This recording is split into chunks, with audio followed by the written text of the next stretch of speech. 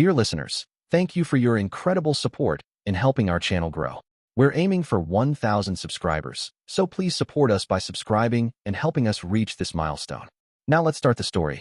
Present, Jens, at the cabin PT. After removing the malingering Yasmin from bed and dragging her almost kicking and screaming body into the front yard, I take over and finish PT. Since I am the DI, I watch everyone like a hawk to determine their weaknesses. Everyone did great except for two, Tom and Yasmin. Of course I knew those two would give me problems. I silently chuckle as I consider that in some ways the two of them are alike. I should really make them bunk together. Now that would be funny as hell. The big surprise is Zarika. She worked her butt off. I announce, okay, we're done. Yasmin turns and walks toward the house, and I continue. Yasmin, where the hell are you going? Get back in formation. She glares, flips me off, keeps walking, so I command, Sharik, fetch. Sharik goes after her like crazy. He runs in front of her, growls and snaps.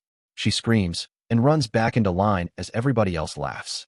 I state, I was proud of most of you today except for two, and I want to give those of my team that did a good job a kiss. Liz complains, Jens, what if we don't want a kiss? I smile, walk up to her and reply, oh, you'll want this kiss. I hand her a chocolate kiss. She grins and says, now these kisses are the best of all. I continue down the line. Present, Yasmin and Zarika, at the cabin, PT. Yasmin, the very mean Jennifer lady makes her dog herd me back into the line as if I am a sheep. It is terrible, but it becomes even worse as everyone laughs at me. I am very embarrassed and angry, especially at Zarika, because I hear her laughter over the top of all others. It sounds like the annoying braying of a donkey. I will make her and the very mean Jennifer lady pay a huge price. I watch as the mean Jennifer lady hands out something she calls a kiss. They are in silver foil wrappers, and as she gets close to me, I hold out my hand. But she glares at me and says, no kiss for you today because you were late and didn't work hard enough. I think about showing her the finger again, but her terrible dog is with her. Zarika, I work very hard today because I want to show this Jennifer lady that I am better than she is. When she announces we are finished, I almost leave with Yasmin, but I wisely do not because no one else leaves. The Jennifer lady is handing out chocolate kisses. As she gets to me, she gives me two and says, Zarika, I was proud of how hard you worked today. It makes me feel very happy inside. I look at the kisses and I am not sure what to do with them. Then Alexei kindly shows me how to unwrap them. I unwrap mine, throw the wrapper on the ground, and the Jennifer lady complains, Zarika, do not throw the wrappers on the ground unless you want to clean up the whole ground. I remember how bad it was cleaning the kitchen and do not wish to clean the grounds. I pick up the wrappers, put them in my pocket and say, sorry, Jennifer lady. She smiles at me and says, it's okay, you didn't know any better. And you can call me Jens. I smile and say, thank you, Jens lady. Yasmin. Zarika the pig gets 2 pieces of the chocolate kisses and doesn't even share one with me. And I am very hungry this morning because the food last night was terrible. And I did not even get to eat because I threw it all on the ghost of the dead sister. Zarika throws the papers on the ground, and the very mean Jennifer lady yells at her, and I think she is in trouble, but somehow she doesn't get in trouble. I am wondering what we will do next when the very mean Jennifer lady orders, time for a little run. The old man Tom beside me groans, not a run. I'm too damn old for this BS. I think it is okay to complain, so I add, yes, run is for children, not women. The very mean Jennifer lady glares at us and orders, you don't have a choice. Everybody on my team runs, especially you two malingerers. Present, Liz, at the cabin, PT. Yeah, I knew the run was coming, and I was looking forward to it. I missed the running I did on the track team in college, and now that we're here, I was looking forward to getting back into it. Jens orders, Liz, you know the way, so take the lead. Sharik and I are going to make sure we don't have any stragglers. I question, how fast do you want to go? Jens grins, since this is our first run, and since some of us are carrying weapons, let's take it easy. I take off at an easy lope. Present, Mira and Ira, at the cabin, PT. We start the run. I glance at my sister and remark, I desired that we would have worked harder today. She smiles at me and answers, Mira, you must remember that Ms. Donaldson needs to accommodate everyone with her workout. For instance, Alexei is slightly fatigued. I reply, thank you, my sister, I was distracted and did not notice. She answers, yes, Mira, I recognized your mind was on vacation. However, today, we must stay alert as there are numerous locations where someone could ambush us. I answer, yes, Ira, you are correct, and our 2 major responsibilities. She finishes, are Alexei and Ms. Morgan. I continue, and in that order. Ira, I will remain close to Ms. Morgan. Ira finishes, and I will defend Alexei. I ask my sister Mira, please dissuade Ms. Morgan from proceeding at too rapid a pace. She questions, Ira, If your lower bipedal unit pains you that much, perhaps you should not run. I smile at my sister and remind her, Mira, suffering is terror departing the corporeal self. Mira smiles and states, I will also observe you, and should your suffering become overly intense, I will put a stop to this run. She easily catches Ms. Morgan, and I do battle with the pain, hoping that someday I will again run like the wind with my sister. Alexei smiles as I run beside him, and he questions, my sister Ira, how is your discomfort? I smile and reply, it is bearable. He remarks, thank you for watching over me. I smile at him and state, we are family, and we always take care of one another. Present, Byron and Tom, at the cabin PT. I do the PT as well as I can with my still injured arm. There is no way in hell I am going to complain or be a malingerer. Marines don't do that. I am shocked when Tom doesn't complain during the PT, but then he blows it when Jennifer announces the run. I grin at him as I eat the kiss, then he promises, you just wait, payback's a bitch. I laugh. Tom, you use that phrase so often you're going to wear it out. Come on, let's run. We take off at what's an easy pace for me, and I start to laugh my butt off. Tom questions, just what the hell is so damn funny? I remark, you are? You run like a girl. Jennifer yells, hey, I heard that run like a girl remark.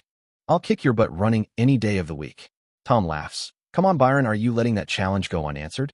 I say, hell no. You're on Missy. Catch me if you can. And we both take off like crazy. Present, Zarika, at the cabin, PT. I am following the Yints lady when she has some words with Byron. Then Byron starts to run really fast, and the Yints lady begins to chase him. It looks like fun, and I do want to impress the Yints lady, so I begin chasing her. Present, Maria and Linus, at the cabin, PT. Linus is still being a huge pain in the butt about me working out, so finally, I move away from him. Even when I was a drunk, I still kept myself in okay shape, and if I am pregnant, I'm sure not going to sit on my butt all day and get fat. He comes over after the exercises and apologizes. Maria, I'm sorry for being such an a-hole. It's just that I've never been a father before, and before I met you, I never thought I would have the opportunity. Now that there's a chance I might be, I don't want to lose it. Then he gives me his chocolate kiss. I smile at him and say, Linus, you're forgiven, but please understand that I'm not sitting on my butt all day. It's big enough as it is. He grins at me and declares, I think it's perfect. I blush, punch him in the arm, and say, Linus, there are children here. Come on, let's run. We take off running and are surprised as hell when Byron, Jens, Sharik, and Zarika blow past us like their butts are on fire. We hear Tom yell, kick her butt, Byron. I look at Linus and say, shit, I need to try to keep up with her. He questions, why is that? I answer, because I'm her bodyguard. I start trying to catch them while Linus stays right by my side. I look at him and question, what are you doing? He smiles and explains, if you're Yin's bodyguard, then I'm your bodyguard. His comment gives me butterflies. Present, Jack and Masha, at the cabin, PT. It was great watching Sharik and Ivan play, but even better was watching my still hot as hell wife. She had on a skin-tight suit and teased the hell out of me. She'd been trying to get me to work out again and made sure I enjoyed myself today. Shit, by the time we were done, I had adjusted myself several times. But the run was coming, and I wasn't looking forward to carrying Ivan because it had been a while since I'd run. Masha must have read my mind and stated, Jack, I checked the stroller. It is built like a Kamaz and I think we should use it. I look over the stroller and she's right. I separate Ivan and Sharik. Ivan complains, want play with Doogie. After Masha says something to him in Russian, he's happy and we begin our run. It's a great pace and Vanya's looking around and pointing at things. I smile at Masha and state, we need to spend more time outside. Just look how Vanya loves it. She gets ready to answer when Byron, Jens, Sharik, Zarika, Maria, and Linus blow past us like we're standing still. Masha looks at me and says, I wonder why they are running so rapidly. Present, Matt and Jim, at the cabin, PT. PT was quite easy. I think Jens was taking it easy because it was our first day. We fell in, at the middle of the pack for the run, and I asked Jim, you think one of us should be keeping an eye on Jens? He looks around and answers, shit, Matt. With Linus, Liz's two bodyguards, Byron and Tom here, I would feel sorry for anyone who attacked us. He is right. I relax until Byron sprints past us. Right on his tail are Jens and Sharik. She orders, you guys make sure there are no malingerers. Then Zarika, Maria, and Linus fly past us. I look at Jim and say, well, it looks like we have our orders. Jim states, yeah, and it looks like Maria and Linus are keeping an eye on Jens. I look behind us and question, shit, where the hell are Tom and the young girl? Present, Tom and Yasmin, at the cabin, PT. I love it when a plan comes together. I know both Jens and Byron are competitive as hell. Hey, they are Marines, so it was easy enough to get them racing each other. Once they're gone, I turn and start walking back toward the cabin and see Yasmin right behind me. She asks, what to do, old man? I ignore her old comment and say, while the cat's away, the mice will play. She looks confused and asks, where are cat and mice? I smile at her and lie, back at the cabin where I am going. If the old Tom man is going back to the cabin, then I am following him. I was happy when the very mean Jennifer lady got angry with the old Papa Smuff Byron and started to chase him. Her very terrible dog follows her, so now she will not scold me. And once back at the cabin, I can get some beauty sleep and also plan my revenge. Present. SSA Hotchner, headed to Texas. I can't believe it. One of the roving bands of terrors has started taking out cell phone towers in Texas, something that until now they've left alone because they've been using them for communications, and we've been using them to track the fools. So the powers that be deemed it important enough to send me and a team to Texas to try to stop these idiots. It's one thing if you mess with the government, but when you start messing with big business, then things start to happen. From what I've heard, Texas is one of the last places on earth I want to be. Present. Samantha, in the new news van. I wake up, stretch, and realize we're moving. I look around and Frank is sleeping beside me while Emmanuel is messing with some of the radio equipment. I whisper, where are we going? He replies, right now we're taking a detour to get the driver back to civilization. Then back to Texas because there's a new story. I question, what's the new story? He answers, someone is systematically destroying the cell phone towers in Texas. I guess it has the feds pissed off and they are sending some special agents down to look at things. I worry, won't they bother you and the team? He laughs and answers, hell, if we can't take care of a few FBI agents, then we need to retire. Frank wakes and declares, there's no way in hell I'm retiring. I hug him and ask, do you think we can find someplace to stop for breakfast? I'm starving. Emmanuel laughs. How does someone as small as you eat so much food? I grin at him and state, it's your brother's fault. He wears me out all the time. I smile smugly as both of them blush. Yes, it's fun to make big, strong soldiers blush. Present. Stacy, in the woods. Ben has become some sort of cell phone tower destroying machine. In fact, it has almost become an obsession with him, and he's even enlisted the help of his new sidekick Boo Boo. I didn't realize just how strong bears are until I saw Boo Boo tear down a chain link fence. Yeah, he tears down the fences. Ben climbs the cell phone tower, scouts out where the next tower is, destroys the tower we're at, and then we ride to the next tower. At first this was sort of fun, raging against the machine, but now it's become boring and I want to do something else. Then I get an idea and question, Ben, do you think this is wise? He looks at me and states, sure, why not? I'm saving everyone from the annoyance of mobile phones. I look around the woods and reply, I really don't see anyone out here. Besides, aren't you concerned that someone might come looking for us? He thinks for a minute, then gripes. Present. Ben, in the woods. Shit. You're right, what was I thinking? Stacy grins at me and answers, I don't think you were thinking, I think you were reacting. Damn, I hate it when she's right. I was reacting. I was pissed at every damn secondhand mobile phone conversation I was forced to endure, and even more pissed at every damn driver that drove like an idiot because they were on the phone. When I took out the first tower, it felt so good I decided to take out some more. I'm glad I stopped, but now we need to get the hell out of Dodge. I look at Stacy and state, well girl, we have some hard riding ahead of us, so if you need a break, take it now. She angrily states, I am a woman, and yes, I do need a break. She jumps off Patches and heads to the nearest bush, and I wonder what her big problem is now. After all, I've been nice to her all day. Women, who can understand them? Present. Samantha, in the new news van. Frank and Emmanuel have been whispering, which gets my reporter's curiosity fired up. So I ask, okay, what the hell is the big secret you two are trying to hide from me? Frank looks at me and answers, we are just upset about how Ben destroyed the van. Emmanuel adds, yes, we are going to kick his, but when we catch him. I question, and just how in hell do you plan on catching him? Frank answers, well, that's one of the things we were discussing.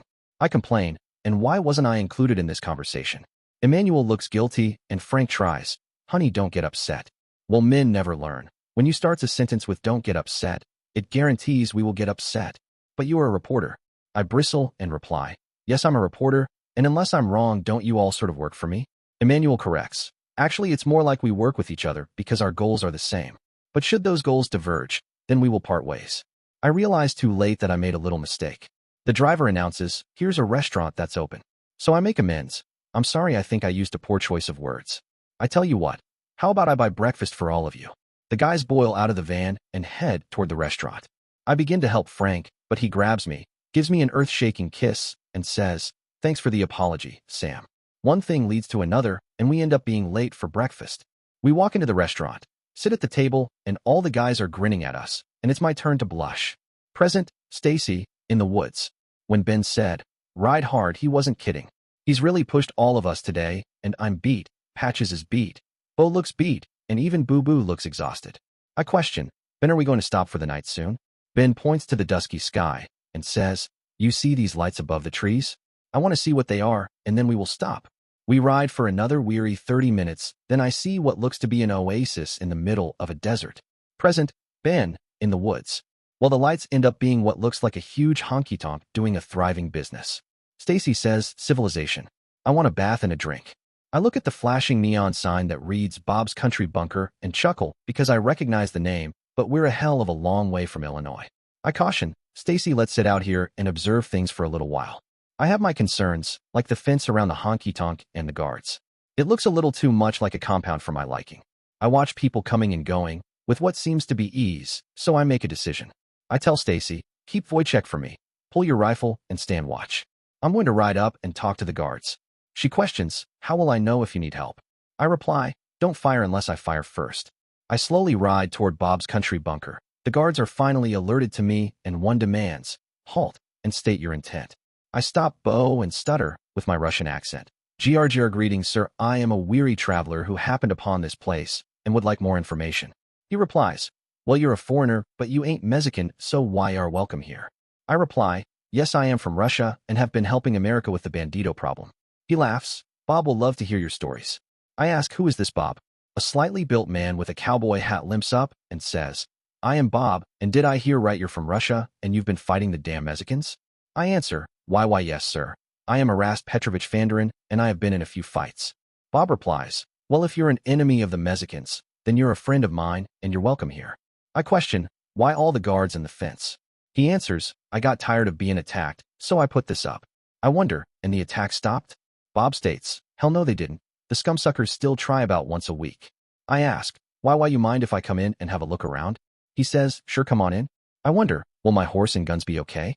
He laughs, shit son, this is Texas, and everyone that's still alive is carrying guns. And we still shoot horse thieves around here.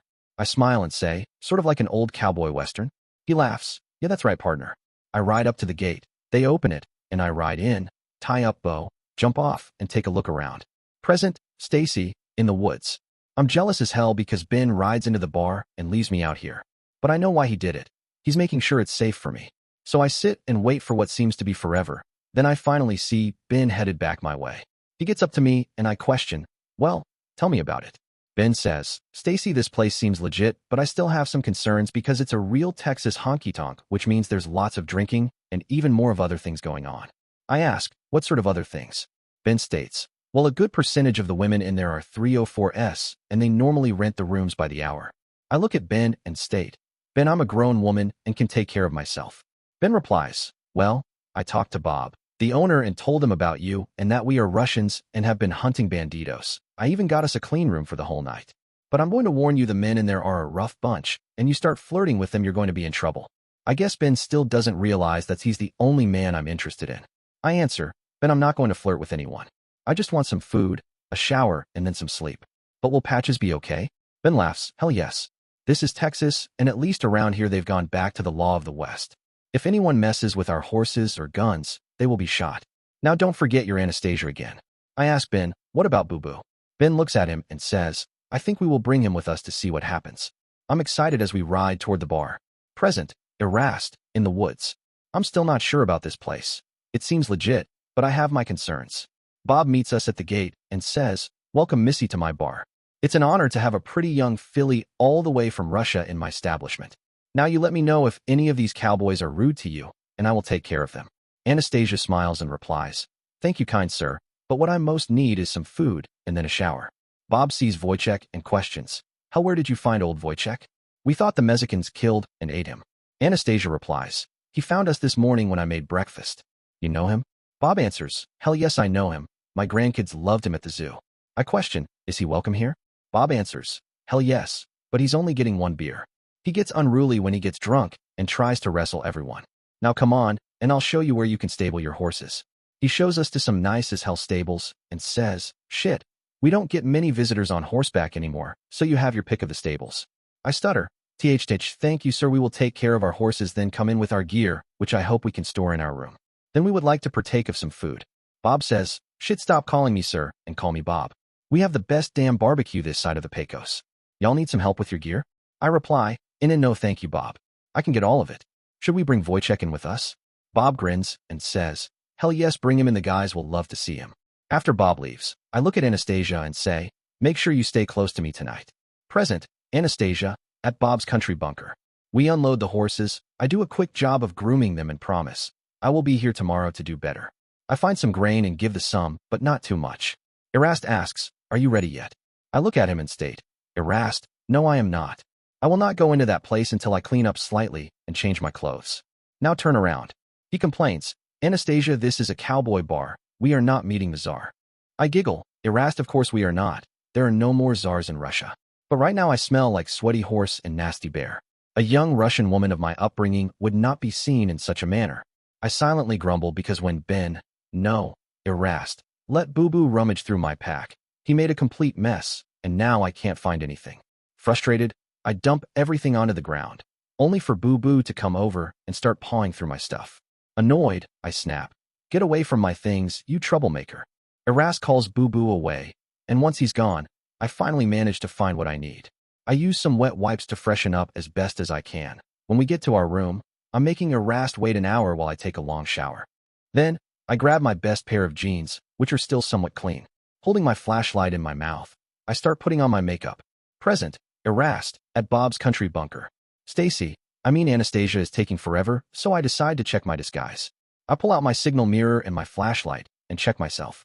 My mustache has finally grown in. In fact, I need to trim it some. My hair is a medium length and unruly and itchy as hell. Yeah, I look close enough to the pictures in my fake passport that I don't need to worry anymore about a disguise. Anastasia finally announces, why is it we always wait for women? I'm ready. You may turn around. I am speechless when I turn around, because even in the dim lights of the stable, she looks beautiful. I remind myself that she is my sister. Present, Anastasia, at Bob's country bunker. I hoped that Erast would say something about how I looked. Oh yes, I know I'm supposed to be his sister. But I'm not really, and I have some pretty damn strong feelings for my pretend brother. We walk toward the bar with Erast carrying almost all the gear. We get to the door, and couple guys open it after giving me some long, hard stares. At least I have an effect on some men. We walk in, and I can't believe my eyes. Flashback, Major M, undisclosed location. We parked in a valley, then crawled to the top of a dune to carefully survey the site of the battle. Even using our periscopes, it was obvious there was mass carnage, immense damage, and that any survivors had long since left. I crawled with my team to the top of the dune where we could have a better look, sat down and asked, okay, what's your analysis of what you see? The Lance Corporal was taking photographs and stated, I would say they got their butts kicked. Look over there. Isn't that the wreckage of an aircraft? My sergeant added, and there are some destroyed Hinds. Just how many vehicles were involved in the attack? I questioned, I'm not sure, but I would think more than one. Now, why were they transporting tanks, and what the hell happened to the first tank? My sergeant replied, something detonated the munitions store and blew it to hell. But the third tank is interesting because it's off the trailer. I looked at my men and surmised, with the aircraft, Hinds and tanks plus all the dead troops, I think this was a trap. The Lance Corporal answered, well, it sure the hell was a failed trap because there's nothing here except for RG vehicles. I asked my men, what do you think? Could all this be the work of Baskerville? They both shook their heads. The sergeant stated, I highly doubt that. The Lance Corporal added, no way. I would say at least 3 vehicles. Yeah, that was my concern. I had wondered about the connection between Baskerville and the Sedankina bitches. Perhaps they had joined forces. Yeah, that was the only thing that made sense. Flashback, Mira and Ira, undisclosed location. I whispered to Ira, fecal matter, fecal matter, fecal matter. The range is too great. Yes, for once my quarry was beyond the range of my beloved PSG-1 rifle.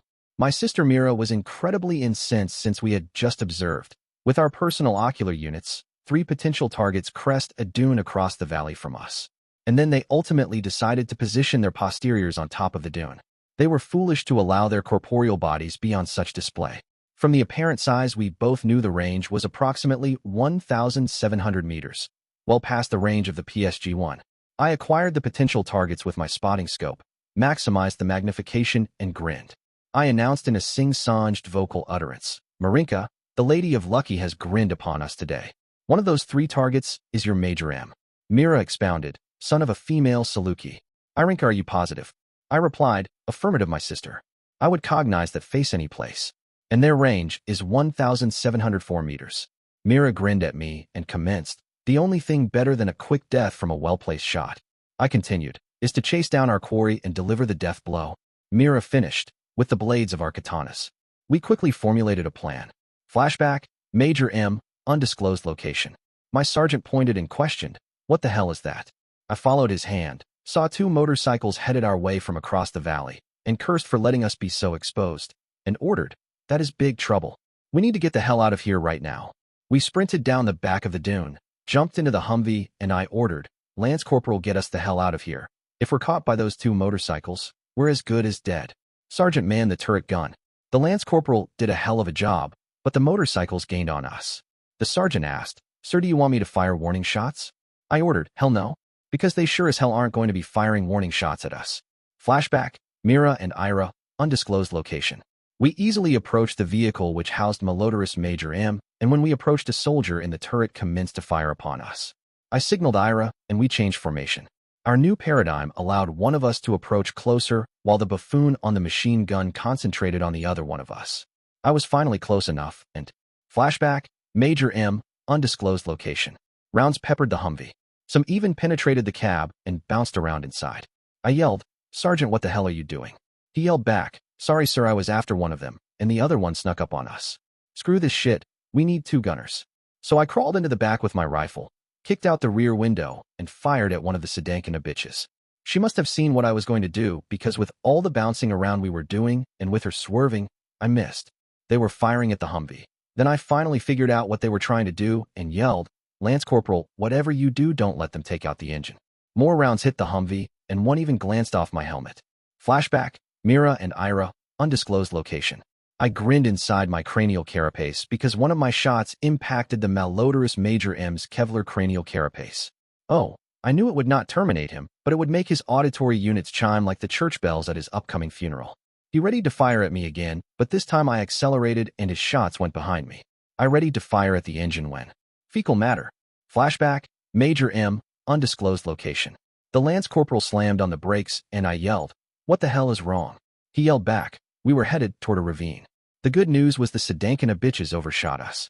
The Lance Corporal spun the wheel hard, floored it, and bought us some breathing room. Flashback, Ira and Mira, undisclosed location. Mira ready to deliver the death blow to the engine of the vehicle when it abruptly stopped, and we locomotivated past it. I started my turn to pursue when I hit an unfortunate bump, which caused my motorcycle to deposit my derriere onto the sand.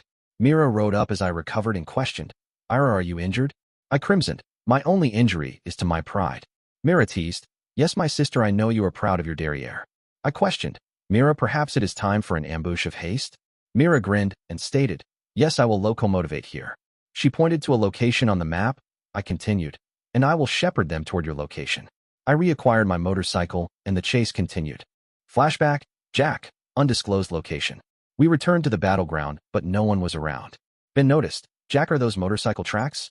I replied, "Pull up beside them, and I'll take a look." He pulled up close to them. I opened the door and stated, "Hell yes, it looks like Mira and Ira have been here already." Ben questioned, "Can you tell which way they were headed?" I looked closely at them and guessed, "I think that way." And I pointed behind us. Ben spun the Frankenmonster around, floored it, and said, "I hope we're not too late." I thought it would serve the scumsucker Major M right if he did get caught, sending us to this damn place without an exit strategy. Then I came up with another hell of an idea. When I told Ben, he laughed so hard we almost wrecked. Flashback, Major M, undisclosed location. Well, that was short-lived, but at least this time we only had one motorcycle to deal with. I saw the other one go down and assumed either it or hopefully the Sedankina bitch that rode it was injured. I ordered, "Sergeant, since there's only one of them, you keep them busy while I see if I can arrange exfiltration for us." I got on the radio, sent an SOS message, and was surprised as hell with the response I got. I ordered, "Lance Corporal, head toward the coast." As he turned to the new heading, the motorcycle came up beside us and fired, so he swerved away from the motorcycle. I yelled, "Sergeant, can't you do anything about that damn motorcycle?" He replied, "Sir, I'm trying my best, but it's like trying to swat a fly with a 2x4. I swore, "Damn, let me help you." I crawled into the back of the Humvee, and damn, he was right. I tried to fire at the motorcycle, but she swerved all over the place. I ordered again, "Lance Corporal, we need to head toward the coast if we ever hope to get the hell out of here." He turned, and again the Sedankina bitch came up beside us and fired, so he returned to the original course. I yelled, "Shit, we're being herded into." I never got to finish because the Lance Corporal yelled, "Sir, someone shot the engine."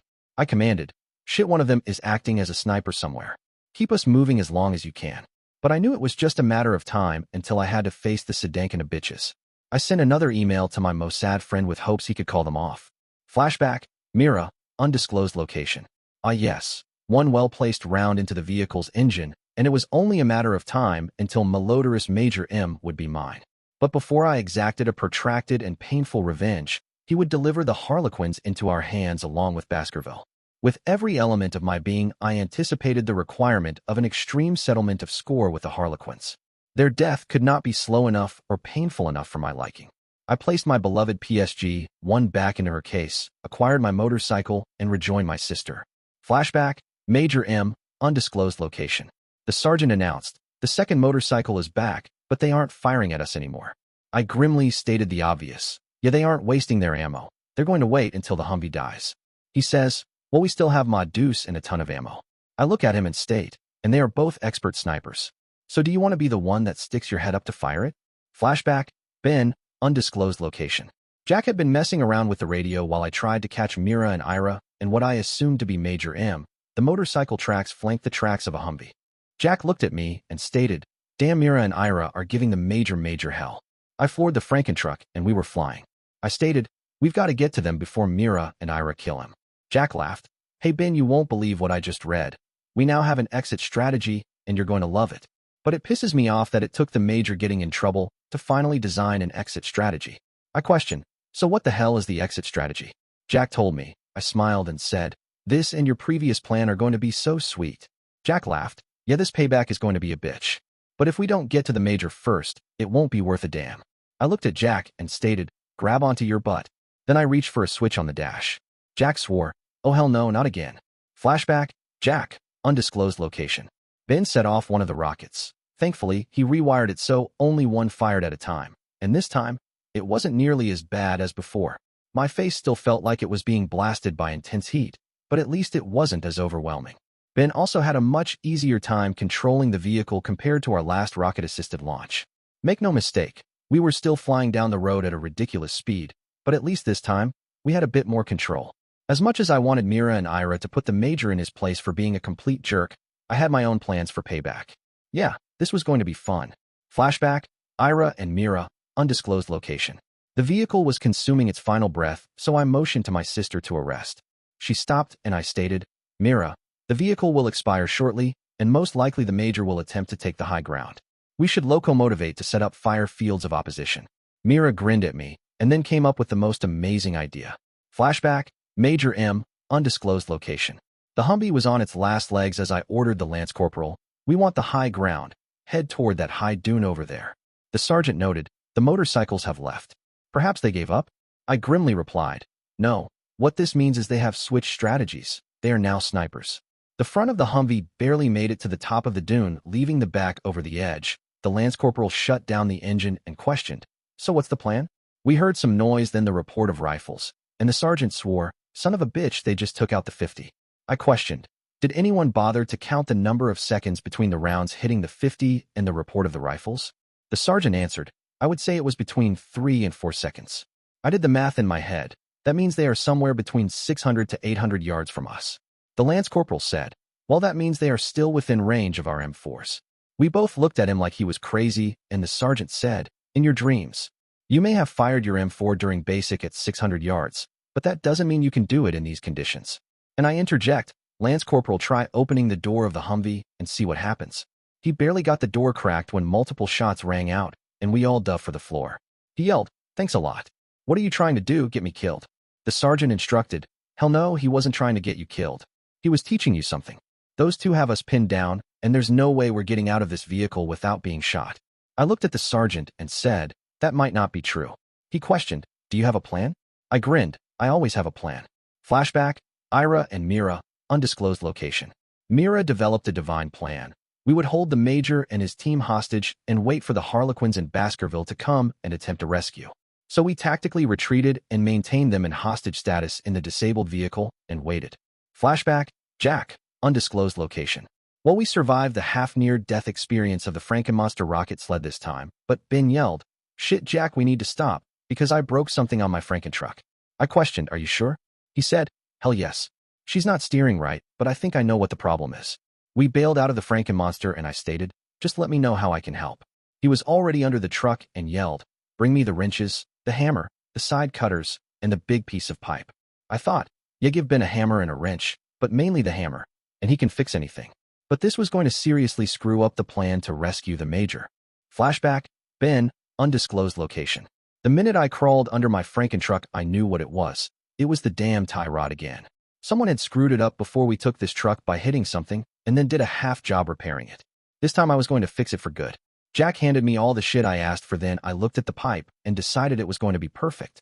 I took the cotter pins out of the castle nuts holding on the tie rod ends, removed the castle nuts, and began to beat the hell out of it until the damn tie rod dropped out on the ground. I crawled out from under the Frankentruck, and Jack stated, damn, that tie rod looks like a pretzel. Did we do that? I replied, it was screwed when I stole the truck, but we sure didn't help it any. We took it to the back bumper of the Frankentruck. I had Jack hold it and turn it until I beat it back into submission and shape. Then I told Jack, you need to get one of the ends off this while I saw the pipe to the right length to reinforce it. He started to struggle with it, and I reminded him, don't forget one end has left-hand threads. Flashback, Jack, undisclosed location. Shit, I never realized how close we'd been to dying until I saw this tie rod. It looked like hell. Ben reminded me that one end was left-hand threads. Good thing, because that was the end I struggled with. So I switched ends and removed the tie rod end. Ben finished cutting the piece of pipe, came over, grinned at me, and stated, good job, now help me pound this piece of pipe over the tie rod. He beat the hell out of it, forcing it completely over the damaged tie rod, and then said, okay, put the end back on, making sure to get it the same length as it was before. He rummaged around in the back of the truck, came out with a drill bit, and I questioned, how are you going to power that? He replied, watch and learn. He connected a chuck to the power take-off on the back of the truck, put the bit in it, and stated, it's going to be hell holding this tie rod while we drill some holes through it, but we can't let the bit bind. I looked at my watch and stated, you know, we're probably too late by now anyway. I bet Mira and Ira have already killed the Major. Ben kicked in the PTO, the drill bit spun. He laughed at me and challenged, Jack, I've been thinking about this, and I will bet you a case of beer that they are still alive. We began to drill the tie rod, and I answered, you're on, and that beer's going to taste damn fine. He laughed, yes it is for me, because you're wrong about them killing the Major. They will want to make him suffer some first. Shit. Suddenly, I wasn't so sure about winning that case of beer. Flashback, Mira and Ira, undisclosed location. This time I had no problem keeping my focus, because soon Baskerville would be here, and I could exact my long-awaited revenge upon the Harlequins. However, there was evidence of movement inside the vehicle. I observed it with my scope and could not determine what in Hades they were doing. Present, Liz, at the cabin run. Running with Mira is a joy. She is quite the runner and makes it look effortless. Someday I need to challenge her to a race, but not until I've put a few more miles under my belt. When we hear a hell of a noise behind us, amazingly Mira spins around and runs backwards without losing a step. I crane my neck around just in time to see Byron. Then Jens, Sharik, Zarika, Maria, and Linus blow past us. Jens yells, I'm gaining on you. Byron laughs, not for long. Then he pulls away. I look at Mira and say, you think we can catch them? She frowns and states, most certainly I could catch them. If your corporeal self contained less adipose tissue, then you might keep up with them. However, I beg you for my sister Ira to not pursue them. What the hell? Did Mira just call me fat? Oh well, I have put on a few pounds, but hey, I'm much better than most American women. But I wonder about Ira, so I question, Mira, what is wrong with Ira? Mira spins back around and explains, Ms. Morgan, one of her lower bipedal units sustained injury when she extricated her corporeal body from the Kamaz. Then I remembered Ira telling us that last night. I crane my neck again and see Ira and Alexei behind us and offer, Mira, since everyone else is gone, let's all run together. Mira smiles in gratitude. Thank you, Ms. Morgan, that would be sublime. Present, Mira, Ira, Alexei, and Liz at the cabin run. Ira, I am extremely pleased when Ms. Morgan and Mira reduce their speed and we join them. I have an overwhelming desire to run beside my sister again. Mira questions, Irinka, how is your monopedal anguish? I force a smile and reply, Marika, the discomfort is manageable. Thank you for returning beside us. Ms. Morgan is analyzing me and queries, Ira, did you have a doctor look at your leg? I reply, no, Ms. Morgan. There was not sufficient time because my first priority was to reunite with my family. Ms. Morgan gives me a very stern look and orders, well, that's all I need to hear. We're putting a stop to this run right now and walking back to the cabin. Then I'm going to have a look at that leg of yours. And tomorrow, We're going into Denver and take you to the best orthopedic specialist that we can find. Mira. I watch my sister Ira crimson slightly. I know Ms. Morgan's desire to care for her has slightly embarrassed her. We are not accustomed to our benefactor caring for us thusly. Alexei declares what Ira and I cannot find the words to say. Thank you very much, Ms. Morgan, for the wonderful care and concern you show my sisters. It will not go unrewarded. Liz. Yeah, there's no way in hell we're running on Ira's injured leg since we could be causing it further damage. We all stop running, turn around, and head back toward the cabin, and I ask, Ira, you never did finish your story last night. I am amazed as she continues. Present. Jens and Byron, at the cabin run. Jens. I sure as hell don't know how someone his age can run so damn fast. And the old fart is teasing the hell out of me. He slows up and yells, what's wrong? Do you run like a girl? Then when I'm almost to him, he sprints away. Damn, it's just like Ben used to tease me, only it's worse now, because he's an old fart. I change strategy, drop my pace just a touch, and yell at him. Yeah, well, I can keep this up all day. Byron. Now this is fun as hell. Jennifer is really quite a runner, and it's all I can do to keep ahead of her. Plus, I'm sure as hell not used to running at this altitude, and I'm really sucking wind. I sense that she slows up some and know she's going to let me exhaust myself, so I take the offensive. I slow up to a manageable pace and yell, well, I think I showed you. Just let me know when you want a rematch. She comes up beside me, grins widely and asks, how did you get so fast? I reply, I don't know. I've always been able to run fast. But this altitude is kicking my rear. She giggles, yeah, I'm having problems too. Zarika runs up and adds, fun this was. Jennifer looks at her and says, wow, I'm impressed you kept up with us. Zarika answers, yes, I good woman and run well. Jens. I'm amazed that Zarika kept up with us and never would have guessed it.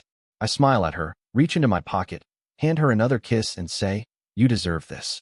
She smiles and replies, thank you, Jens lady. I paper not throw on ground. Byron complains, hey, how about one of those for the winner of this race? I reach in my pocket, hand him 2 chocolate kisses and state, you might have one today, but I want a rematch. Present, Maria and Linus, at the cabin, run. Maria? Suddenly, I don't feel very well, and I know what the hell is happening. In my haste to leave, I didn't prepare for it. I run up to Jens and ask, Jens, can we stop and can I talk with you in the bushes over here? She gives me a funny look then says, sure, everyone take 5. Linus asks, Maria, is something wrong?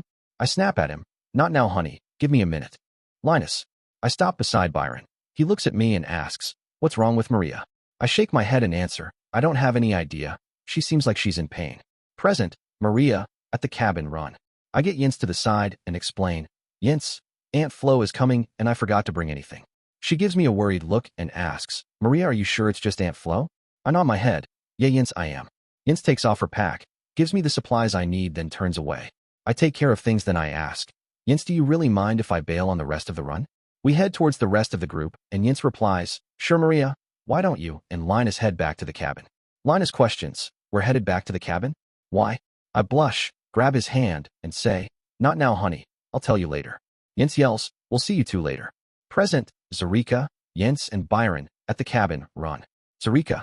I have not seen Yasmin the annoying. Knowing her, I bet she is back at the cabin house sleeping. So I question Jens lady, Yasmin where she is? Jens. Zarika is right. We've been stopped long enough that everyone else should have caught up with us, and no one did.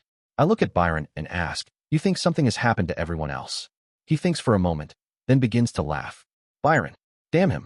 He played us perfectly, and I hate being played. I laugh and say, Jennifer, we've been played by Tom, and I bet he's back at the cabin right now sleeping.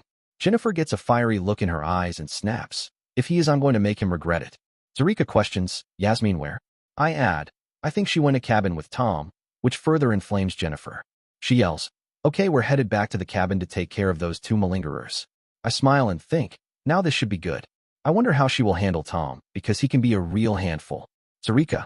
The Jens lady is very upset at the old Tom man and Yasmin. Again, I was wise to not associate with either one of them.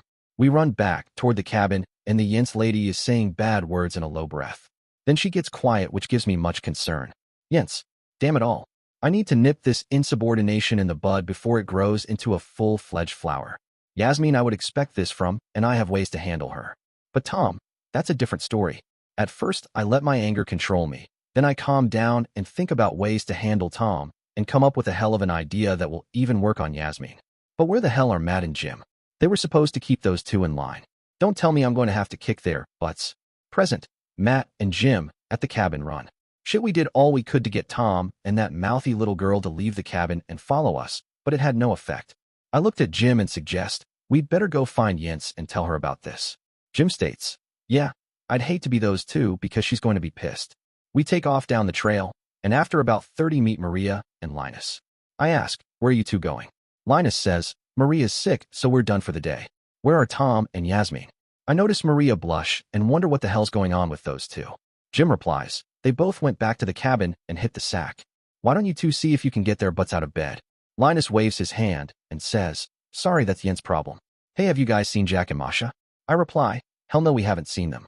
A few minutes later, we meet Liz, her two bodyguards, and Alexei. I ask, you guys done for the day? Liz says, hell yes. Ira's leg is injured, and we're not running until I have it looked at. Let Jens know about our decision if and when you catch her. Jim questions, how will we know which trails to take? Liz answers, that's easy. If you come to a fork in the trail, always take the right one, and eventually you will loop back to the cabin. They keep moving. I look at Jim and ask, is your GPS on? He nods his head. Of course, the last thing I want to do is get lost. Present, Jack and Masha, at the cabin, run. Jack, I don't want to get Masha upset, especially not after how we've been getting along. I feel closer to her than I've ever felt. But to be truthful, we're lost. Yeah, it's embarrassing as hell, a recon getting lost. We even turned around and headed back toward what we thought was the cabin, but damn it all, nothing looks familiar. Masha, I am quite sure we have lost our way, and my wonderful loving husband is not telling me because he does not want me to worry.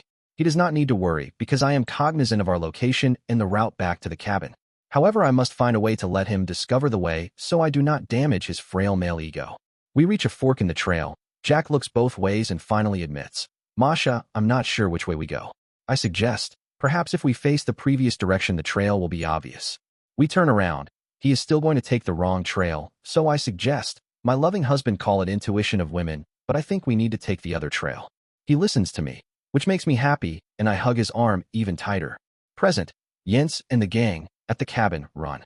Jens, Matt and Jim are approaching us, and I demand, where the hell are Tom and Yasmin? Matt explains, they are both sleeping. Tom told me where I could put my head. Jim answers, and Yasmin told me to eat shit and die, and then bit me. Matt questions, have you seen Jack and Masha? I answer, weren't they at the cabin with everyone else? Jim replies, hell no, we thought they would be with you too. I swear, well, today's run has turned into a huge Mongolian cluster shit. Tom and Yasmin are going to rue the day they screwed with me. Byron asks, Jens, how do you plan on handling Tom? I grin at him and state, I am going to call in my secret weapon. Matt and Jim, take 2 hours and see if you can find Jack and his family. If you can't, then call me. Matt and Jim take off at a trot. Byron, now this is interesting. Jennifer has a secret weapon to use against Tom. This I need to know about, so I question, a secret weapon? She replies, Byron, you're the last person I would tell because loose lips sink ships. I get incensed and defend myself. Jennifer, I resent that remark. Tom may be my best friend, but he deserves whatever comes his way for heading back to the cabin and sleeping. All I'm going to ask is that you let me be a fly on the wall when you launch your secret attack. She giggles. Oh, I think everyone will hear my secret attack.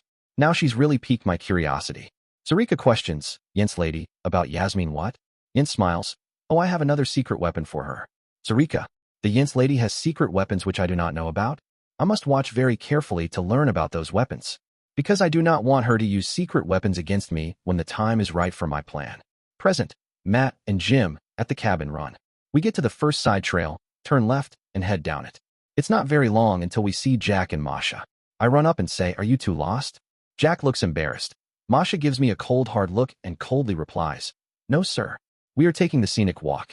I decide for my health I'd better drop it and say, Jens along with everyone else is headed back to the cabin. So, do you mind if we follow you?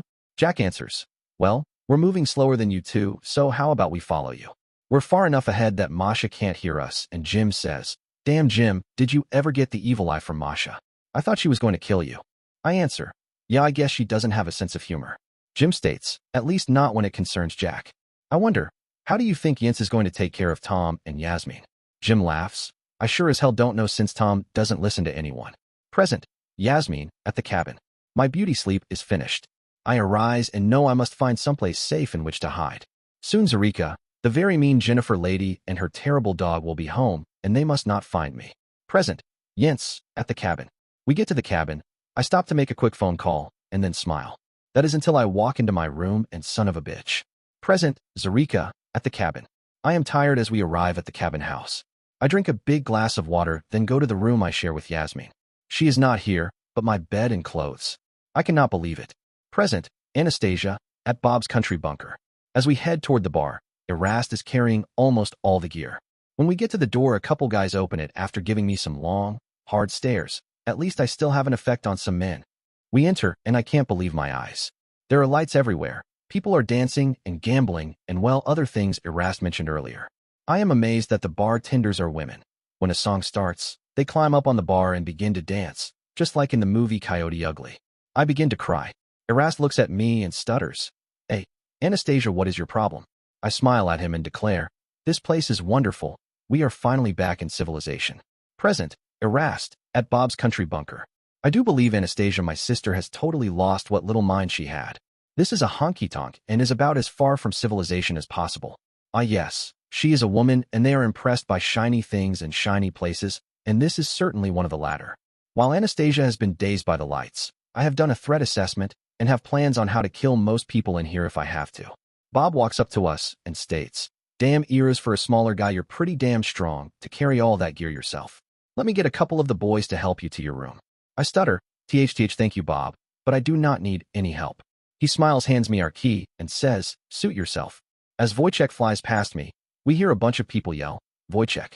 I smile as I see him steal a beer from a patron. We head toward our room, and while scanning, I note 3 men that from the way they are looking at Anastasia will probably be a problem later. The room is functional and clean, but not what I would call nice. However, Anastasia gushes, Erast, this room, in fact this whole place is great. Come on, let's get something to eat and drink. I caution her, Anastasia, put your tactical vest back on and make sure your sidearm is ready. She complains, Erast, do we really have to carry weapons here? I reply, yes, Anastasia. This place is more dangerous than you realize. You must trust me on this. I perform a function check on the Rugers, pull the Winchester Centennial 66 out of the scabbard while making sure she's ready for action, and slip an extra box of .30-30 ammo in my pocket. I look at Anastasia and caution, please listen to me tonight so you do not get into trouble like before. You need to stay close to me and do not flirt with anyone. Present, Anastasia, at Bob's country bunker. Erast just has to bring up how stupid I was before with Guy, but I'm not going to let that ruin my night. In fact, I am a little flattered that he wants me all to himself. And I certainly learned my lesson from trying to use that ugly fat scumsucker to get Erast, jealous. I do question, Erast, must I carry my rifle? I notice the other women have handguns, but none are carrying rifles. He relents and agrees. Anastasia, no, you do not need to carry your rifle. Then he surprises me when he picks up one of the AKs and slings it over his shoulder. I wonder for a moment if this place might be more dangerous than I think. I debate about bringing my rifle when Erast says, come on, Anastasia, I am hungry. I giggle, hungry enough to eat boo-boo. He gives me a dirty look and answers, no, Anastasia, I am not hungry enough to eat a bear. But perhaps I can talk Bob into serving you some horse. I pretend to gag, no way, Erast. Horses are much too beautiful to eat. We head downstairs and I'm so excited. Present, Erast, at Bob's country bunker. I pause at the top of the stairs, do another quick threat assessment, then we descend into the den of iniquity. Thank God Anastasia is holding onto my arm. Bob notices us and motions us over to his table, which is off to the side of the stage. We fight our way through the crowd, arrive at his table, and he says, if you don't mind, I'd love to hear some of the stories about your battles with the damn Mexicans. I took the liberty of ordering up a couple big plates of barbecue and a couple beers. Anastasia smiles at him. Thank you, kind sir. We would love to sit at your table. Bob answers, Missy, please call me Bob. He gets her chair for her, then notices my rifle and says, that's a real beaut of a rifle. It looks just like the rifle old John has. I set it across my lap and state, Bob, I hate to inform you, but it is John's rifle. Anastasia and I came across a group of banditos who had killed John and his family. Bob swore, those damn Mexicans killed John. He had a bunker, so how in the hell did that happen? I answer, I do not know the exact details. It would appear they were trapped outside the bunker. Bob asks, are you trying to tell me you were able to get into John's bunker? The food came. Bob is right, this is damn fine barbecue. I start eating and Anastasia begins to tell Bob, in between her bites of food, how we killed all the banditos in the house, disabled all the booby traps, and then how I was able to get into the bunker. The more she told Bob, the larger his eyes got. Present, Anastasia, at Bob's country bunker. It is so much fun telling Bob how Erast and I were able to fight the banditos. Oh, I know I didn't do much, but I did provide moral support. Bob asks, did you give them a Christian burial? Erast replies, yes, Bob, we certainly did. Bob leans back, looks more relaxed, and states, well, I can relax now because I knew those were John's horses you rode in on, and I was worried you two were scoundrels that had killed them and taken their things. Erast jumps up for the table, pulls his gun, and states, sir, all we have told you is the truth. However, it sounds as if you have not been totally honest with us. Just what are your intentions? Bob smiles at him and explains, my intentions were to find out the truth. And from the story Anastasia told me, I can tell it's the bona fide truth. I want to thank you for taking care of John and his family. Because of that, I'd like to call you my friend. He holds out his hand. Erast looks around the room, and I do the same. Both of us notice everyone has their guns out and are watching us. Erast smiles at him and states, your people are good, but they could be better.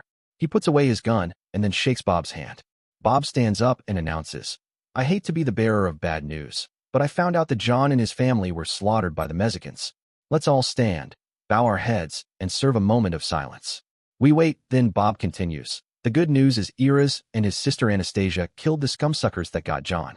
There was a huge cheer, then Bob continued. The next round is on the house in memory of John and his family. There was even a bigger cheer. I get ready to sit back down when a lady runs up, begins to hug me, and cries on my shoulder. Present, Erast, at Bob's country bunker. I damn near shot the lady when she ran up to Anastasia, and I am glad I didn't. Bob looks at her and questions, Magdalena, what's wrong? The lady pulls away and says, Bob, this is the young woman that helped us get off the bus.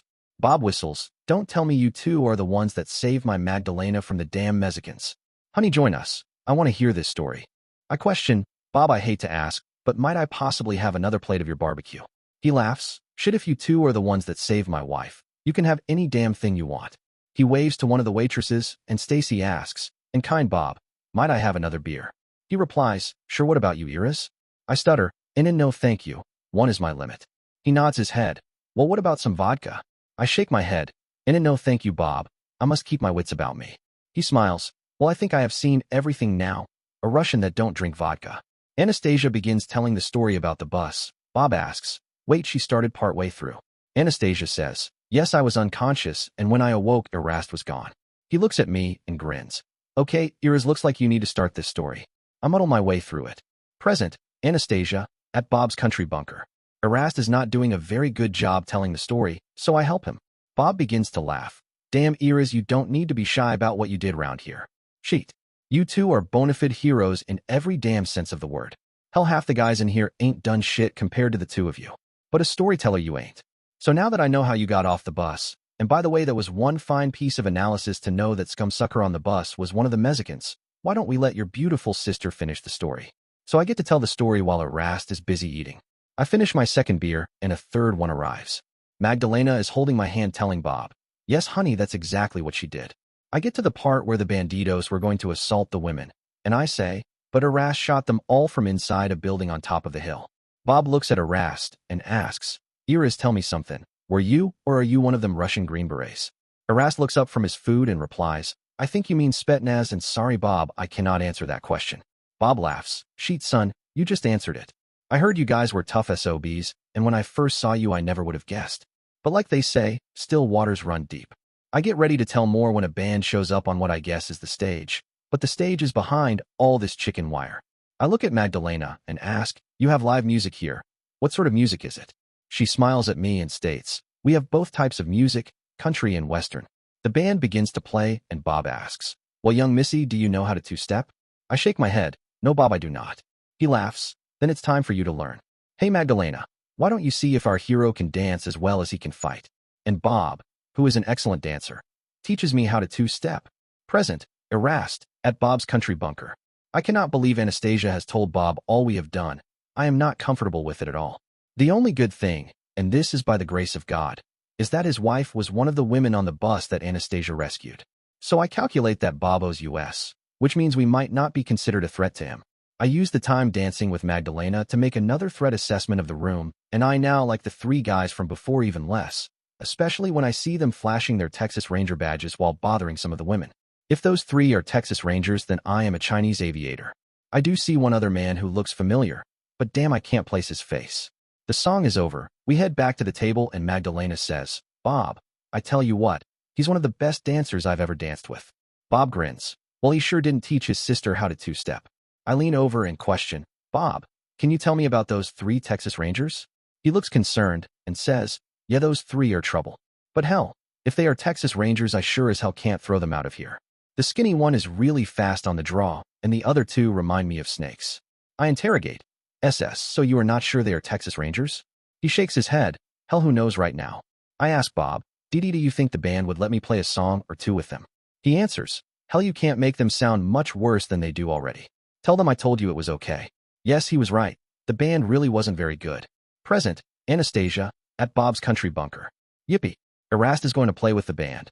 I hope he does a song for me. The band doesn't look happy, but Bob waves to them and Erast takes the guitar, steps up to the microphone and says, I would like to do this song for all the ladies in the audience. One of the Texas Rangers rudely yells, damn boy, learn how to talk, and there sure as hell aren't any ladies in here. Erast begins to sing.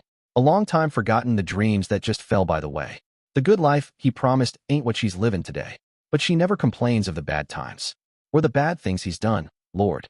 She just talks about the good times they've had. And all the good times to come. She's a good-hearted woman in love with a good timid man. She loves him in spite of his ways she don't understand. With teardrops and laughter they pass through this world hand in hand. A good-hearted woman, loving a good timid man. He does some very interesting guitar parts. Bob leans over and says, damn, that boy can play and sing. I proudly say, yes, that is my brother. Bob says, come on, let's dance. We are dancing like crazy. Then one of the Texas Rangers comes over, taps Bob on the shoulder, and says, mind if I cut in? Bob looks frightened and replies, no sir, be my guest. I sure as hell don't want to dance with him, and thank God the song finishes. I begin to head back to my seat, but he grabs my arm and says, oh no you don't. You owe me a dance. Then he yells at the stage, hey stutter boy, how about playing something nice and slow so me and this girl can get better acquainted? I look at Erast with fear in my eyes. He grins at me, and I immediately know he's got something up his sleeve. Present, Erast, at Bob's country bunker. Once again, it's time for me to take out the trash. I do not understand. Since the 3 pretend Rangers are outnumbered at least 10-1, why has no one done anything about it? I can see Anastasia is afraid. I grin at her, because I know exactly what to do that will get their attention from away from her and totally on me. I announce, I would like to do this next song for the 3 Texas Rangers in Bob's country bunker. I begin to sing. Mamas, don't let your Rangers grow up to be babies. Don't let 'em pick guitars and drive them old trucks. Make 'em be doctors and lawyers and such. Mamas, don't let your Rangers grow up to be babies. They'll never stay home, and they're always alone, even with someone they love. The song has the same effect now as it did years ago, right after high school when I traveled with the band. Everyone starts to laugh. The Ranger messing with Anastasia stops messing with her and declares, come on boys, let's get him. They head toward the side of the stage to gang up on me. I hand the guitar to one of the band members and say, play some fighting music because I will be back. He says like hell, they're gonna kill you. I meet them at the entrance to the stage, where they are forced to come through single file. I drop the first scumsucker with a single punch to the Adam's apple.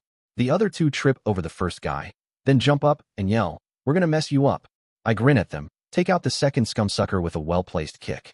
The third scumsucker pulls his revolver and threatens, now I've got you. I smile as the man behind him smacks him over the head with the butt of his pistol, and he crumples to the floor.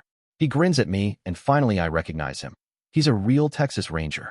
I hold my finger over my mouth. He nods his head in agreement and says, well, I sure as hell don't know who you are, mister, but I want to thank you for helping me take out these 3 wannabe Texas Rangers. I would have done it sooner myself, but they were watching me like a hawk. He pulls out his Ranger badge, pins it on, and begins to cuff the 3. I help him and say, thanks for not letting everyone know. He laughs, shit. I figured I owed you one from years ago after the bum deal you got. What the hell are you doing here? I look at him and say, meet me in the stable later, and I'll explain.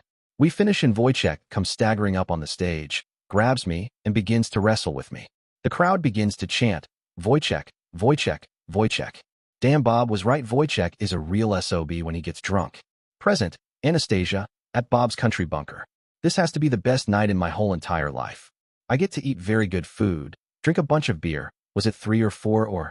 Erast sings a song for me, then saves me once again from a bad man and finally gets in a big fight and once again is a hero. My Erast, my brother, no that's not right my man. Is he ever going to get lucky later? I giggle when Wojciech wanders up on the stage and begins to wrestle with Erast. He deserves it for letting that nasty bear dump all the things out of my pack and then making my pack smell like the eastbound end of a northbound bear. Wait, no, that's not right. the northbound end of an eastbound train. Oh, forget about it, and bring me another beer. Present, Erast, at Bob's Country Bunker. Wojciech finally leaves when someone offers him another beer. Thank God, now they can wrestle with him. I look over and can tell that Anastasia is drunk as a skunk, but Bob is there, sees me looking at her, and motions it's okay. The next thing I know, she is face down on the table. I head over and offer. I apologize for my sister Bob. She is not used to drinking. He asks, you need some help getting her up to the room? I shake my head. No, Bob. She is my sister and my responsibility. He states, I want to thank you for taking out those phony Texas Rangers. But how did you know? The other Texas Ranger walks up and says, because a real Texas Ranger would never do what those three did. Let me help you, son, with your girlfriend. I didn't even get your name. I say, my name is Erast Petrovich Fanderin, and she is my sister, not my girlfriend. I become very uncomfortable as he helps me take Anastasia to our room. I open the door, and we walk inside. He takes a careful look around the room, scanning everything. I take off Anastasia's shoes, settle her into bed, and place a trash can beside her. He gestures toward the table and says, you want to tell me what the hell is going on? And you'd better not be trying to pull anything. I pull out a chair, sit down, and decide that in this case, the truth is my best option. I start from the beginning and lay everything out. When I finish, he leans back and says, damn, you've been through a lot since I arrested you in Texas when you were just a kid. I ask, so Rex, what are you going to do? He smiles, well, Erast Petrovich Fanderin, I'm going to shake your hand and thank you for your help. We stand. He shakes my hand and leaves the room. I look and discover Anastasia has stolen the whole bed, so I pull out my shooting mat, unroll it, and crash on the floor. Yo, what a road I've traveled since that night in that Texas bar. Present, Ben, at Bob's Country Bunker, the next morning. I open my eyes, look at my Luminox, and of course it's Odark 30, but some habits never die. Most people would worry about Rex knowing about me and Stacy, but I didn't because he is a real Texas Ranger, cut from different cloth. I remembered how he came and visited me at Basic after the scumsucker beat his girlfriend again and put her in the hospital. He apologized to me and offered to try to get me out of the Corps, but by then the Corps had become my home and my family. But it still took a big pair to find me and apologize. I figured we were finally even. I listen, hear Anastasia snoring lightly. At least this time she didn't puke all over her and me, and decide for the first time in a very long time I will get in some PT. I gear up, grab the Winchester, my assault pack, open the door, and go downstairs. I laugh when I see Wojciech sleeping between two girls. Damn, are they going to be pissed when they discover how bad they smell. I wonder how bad a bear with a hangover is. The place looks deserted, so I head out the front door, past the sleeping guards, and begin jogging. I don't get very far when, oh hell no, not again. I fire a couple quick shots from the Winchester, spin, and hightail it back for Bob's Country Bunker. Feet don't fail me now. Flashback, AITA, undisclosed location. Female Saluki. I had just acquired the target, and my sister Mira terminated it before I could squeeze the trigger. Mira has inflicted this torture upon me for the past 30 minutes. Flashback, Major M, undisclosed location. The Lance Corporal complained. He was only here because he was the one that spilled the beans to the old man. What in the hell are they doing? I looked at the sergeant, and he shook his head and instructed the Corporal. It's called target practice. They are doing it to make sure they have the windage down. Now shut the hell up and give us a hand. He again complained. I don't think this plan is going to work. I'd had my fill of his whining, so I ordered, Sergeant, the next time he complains, shoot him. The sergeant grinned in response, gladly. The Lance Corporal began to open his mouth, thought better of it, and continued to help us move the ammo boxes. Flashback, Mira, undisclosed location. This was an amusing pastime I never grow old of. We had the malodorous Major M and his men trapped in the disabled vehicle, and now we were shooting random pieces off the vehicle. I knew exactly which one my sister Ira would attempt next, so I would acquire it prior to her readiness and terminate it. Yes, my sister Ira was the swordswoman, but I was the riflewoman. Pause. Something unexpected happened. Flashback, Major M, undisclosed location. I looked at my two men and announced, okay, time to see what happens. At first I had considered trying to cut a hole in the bottom of the Humvee and sneaking out that way, but the floor was too damn thick. However, from all the Sedankina bitches firing, they showed me that they might have made a slight error in their choice of sniper locations. They were located at about a 100-degree angle off the front of the Humvee, which left the back of the Humvee unguarded. I opened the back door, then the tailgate, and waited. Sure enough. Flashback, Mira and Ira, undisclosed location. I could see the back of the vehicle open, so I began firing at it, and my sister Ira joined me. They would not accomplish their escape that easily from us. Then something emerged from the back of the vehicle, but I could not acquire the target.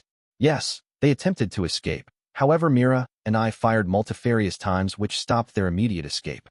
They then discharged some waste articles from the vehicle, which I chose to ignore. The vehicle settled back down, and now it was time to continue our innocent pastime. Perhaps if I thought like an illogical harlequin. Flashback, Major M, undisclosed location. I smiled at the sergeant. Well, it looks like that worked. He said, yeah, no one fired at the ammo can. I agreed, you were right. Lance Corporal, how's it coming with those seats? He answered, sir, I will have them done in about another 30 minutes. Yeah, it looked like my plan for getting us out of the Humvee would work. However, I had no idea how we would escape the sedankin of bitches after that. Flashback, Jack, undisclosed location. After a hasty but great as hell repair, we were on the road again. I asked, okay, Ben, what's the plan? He stated, Jack, I don't have a plan because I have no idea what we're going to face. I reminded him, you do know trucks are not supposed to do what you have the Frank monster doing. He laughed, oh really? I guess you've never heard of the Dakar race. They have trucks in there that would shame my girl. I laughed, only until you fired off one of the rockets, then nothing's going to catch you. He grinned then pointed, Jack, is that what I think it is? I said, hell yes, it's the Humvee. Quick, get us out of here until we can figure out a plan. Flashback, Ben, undisclosed location. I spun the wheel and floored my Franken truck until I couldn't see the Humvee in my rear view. Then I pulled over, stopped and asked, where the hell is the map? Jack pulled out the map, we calculated our location, then I saw it and pointed, Jack, that big dune will be perfect. He agreed, yeah, we can crawl to the top and see what the hell is going on. I took a circuitous route, climbed the backside of the dune, stopped 100 meters from the top, shut off the engine and tossed the camo net over the girl. I heard rifle fire and stated, Jack, that has to be one of the girl's PSG-1s. Jack stated the obvious. Well, let's go see what the hell they're shooting at. Flashback, Mira and Ira, undisclosed location. Fecal matter. My sister Ira has changed the game, and I could no longer predict her targets. It was as if she was as fickle as the Harlequins. So I decided to write a message into the windshield. Yes, my plan worked. Mira could no longer determine my next target. Now if I could only do this when we needed a different approach at the capture the Harlequins. However, Mira fired at something, so I observed through the scope with my ocular units and laughed. Flashback, Major M, undisclosed location. The Lance Corporal whined, sir, they're shooting through the windshield. The sergeant stated in reply, well, keep your head down and you might not get shot.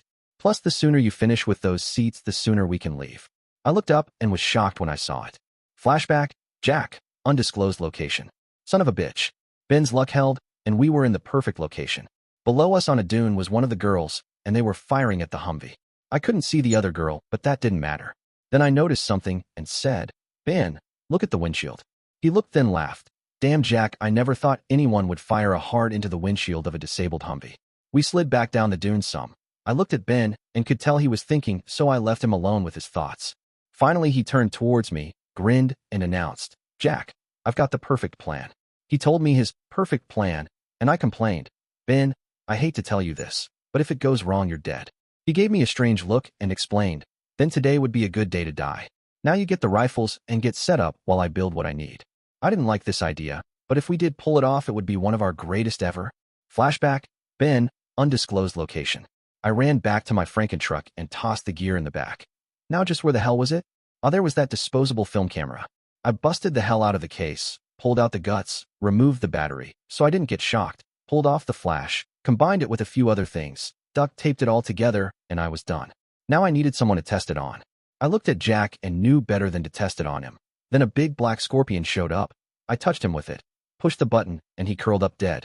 I thought for a moment that it might be too strong. Then I decided it would probably be fine on a human since they were so much larger. I jumped into my ghillie suit and ran back over to the top of the dune. Jack had set up another camo net as his ghillie suit.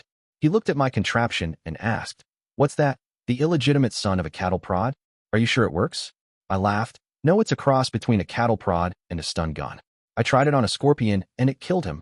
I could try it on you if you would like. He argued, get that damn thing away from me. What in the hell did you use? I grinned and replied, I used a disposable film camera that I modified and then connected it to the old motorcycle battery. I ran both the leads up to the end of this tube, so all I have to do is touch them to someone, push this button, and they get zapped. Jack questioned, aren't you worried a motorcycle battery will make it too powerful? I stated, no, the battery is half shot, so I think we're fine. He asked, just where do you plan on poking her with it? I grinned. Well, she probably has body armor in most places except for her butt. He chuckled, brand the hell out of her for me. I reminded, Jack, if she sees me, don't shoot her because it's Mira. Just keep her busy until I get away. I slipped over the top of the dune. Flashback, Major M, undisclosed location. The Lance Corporal stated, just what sort of crazy bitch shoots hearts in the windshield? I thought, the kind of crazy bitch that's going to kill us if she gets a chance. The sergeant questioned, are you done with those damn seats yet? He replied, no sir. The sergeant ordered, get your butt to the back of the Humvee and let me finish this job. By the way, you just earned the job of being the first one out of the Humvee. We were going to set the Humvee on fire and hope the smoke it generated would shield us from the Sedankina bitches as we escaped. Of course, I still hadn't figured out the whole rest of the escape part. Flashback, Jack, undisclosed location. Ben was a sneaky troublemaker, but I wasn't sure he was stealthy enough to get close to Mira with his makeshift gadget. As he moved down the slope, I had to admit I was impressed. He blended in so well. He looked like just another bush swaying in the wind. Flashback, Ira, undisclosed location. I observed movement on the dune behind my sister, concentrated my rifle scope upon it, and perceived it was just another one of those blasted bushes that littered this desert. So I went back to firing at the disabled vehicle. However, this game was growing old, and I hoped Baskerville would arrive soon so we could terminate everyone.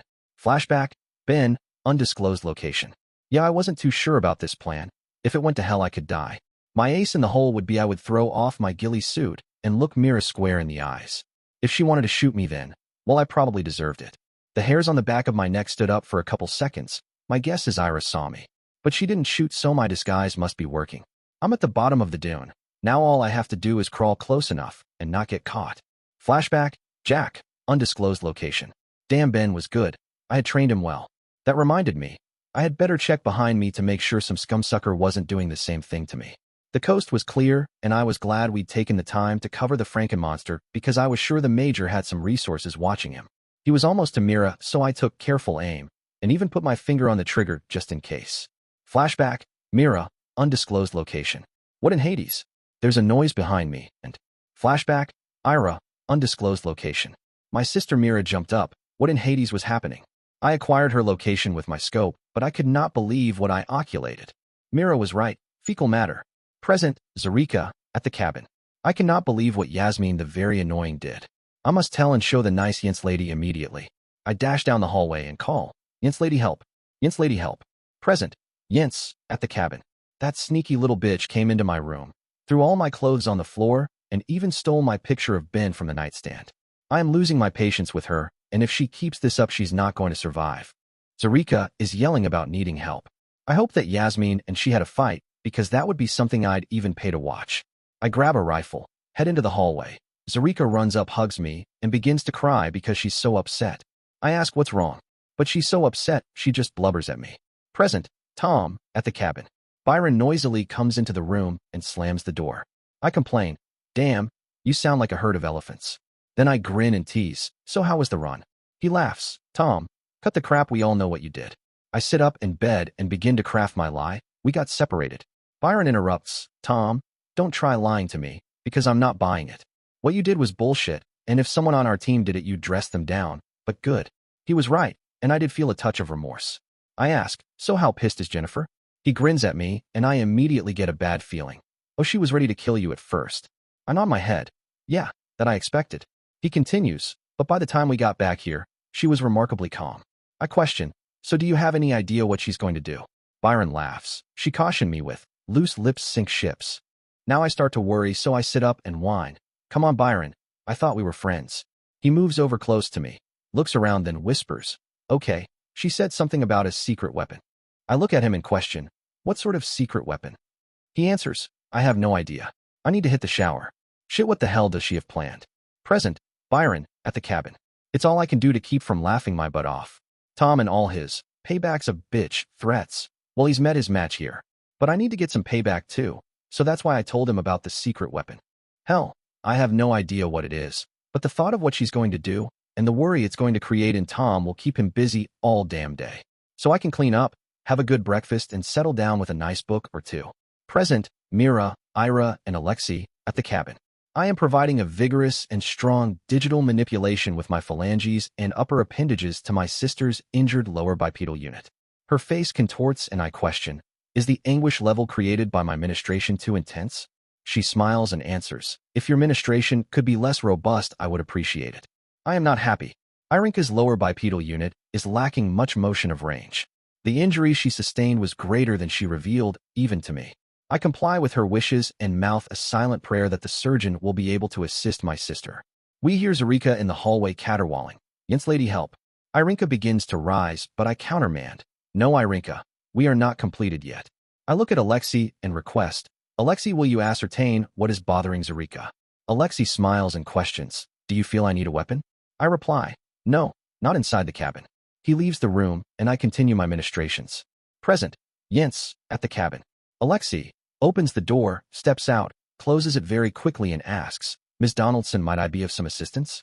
I look at him and say, "Something has happened which has Zarika extremely upset, and I can't understand what she is saying." He listens for a moment, then speaks to her in a different language. She starts waving her arms around and yelling. He replies with something else, and she finally stops yelling.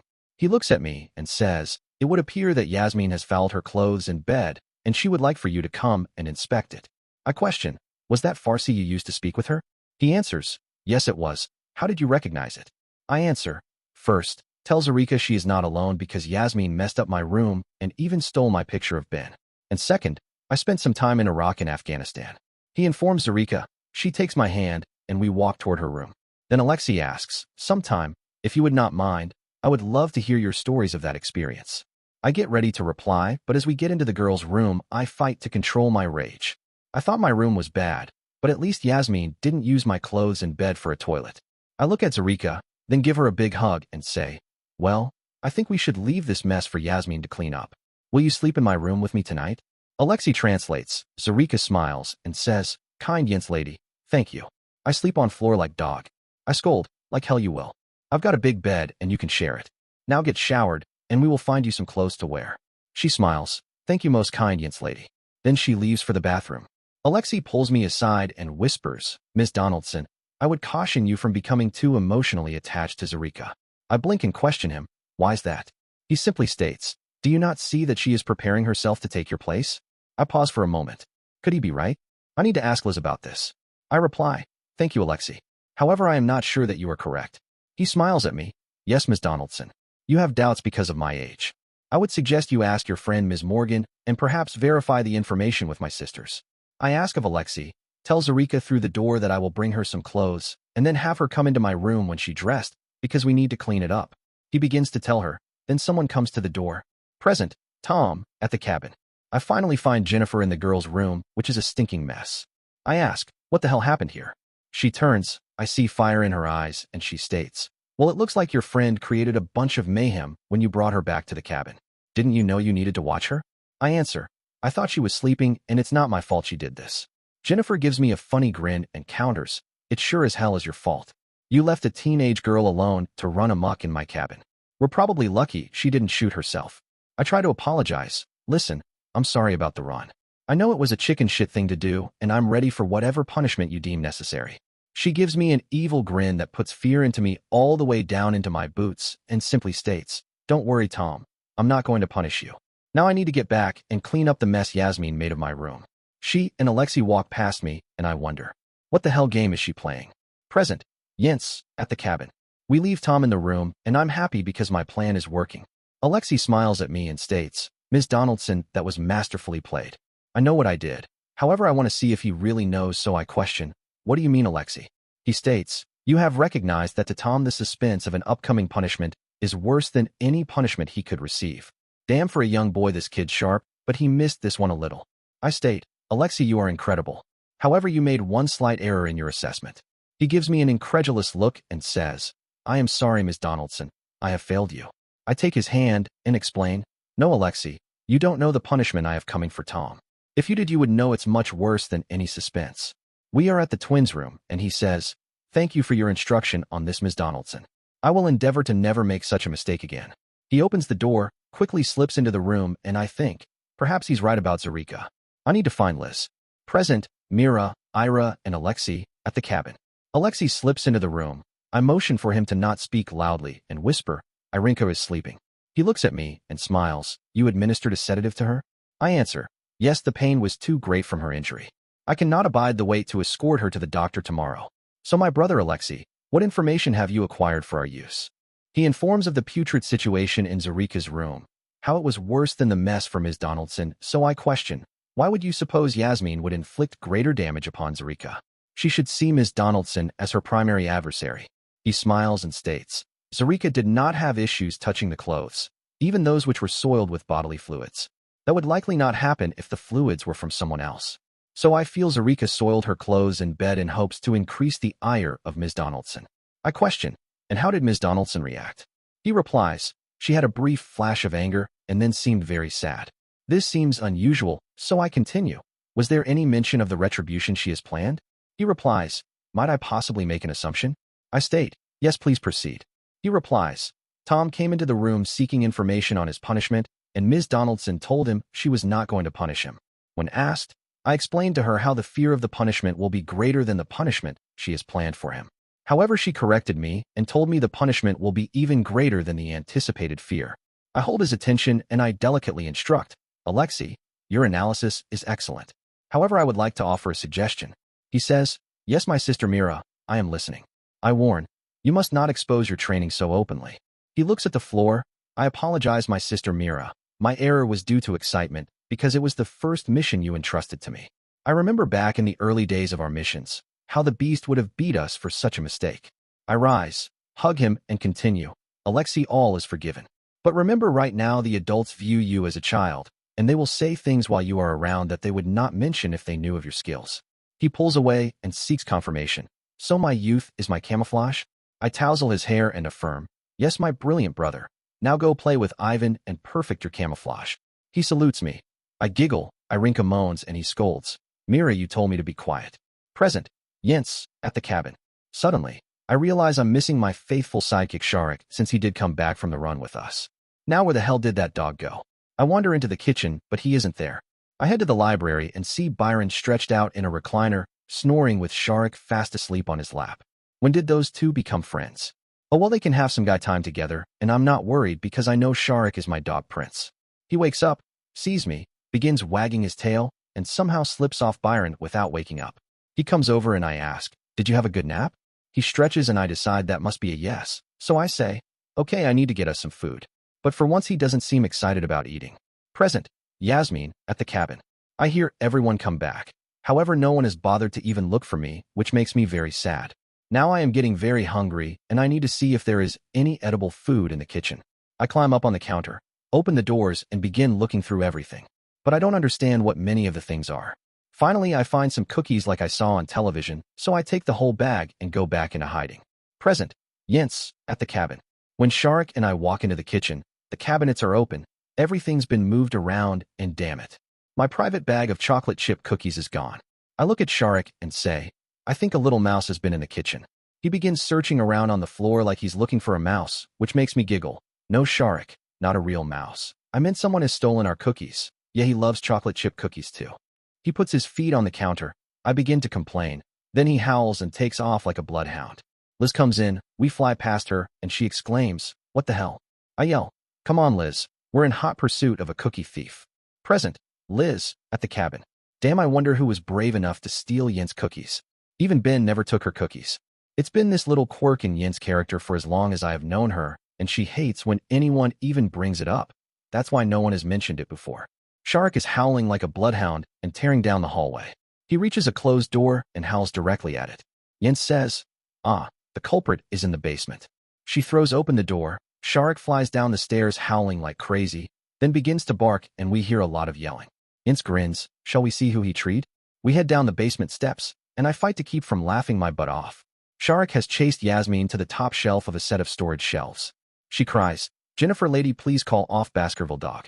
Then it hits me. She's shining a flashlight into his eyes so they look like they are glowing. I figure Jens is going to kill her, but she simply says, good job, Sharik, now back off. Sharik comes and sits beside us, and Jens asks, did you eat all the cookies?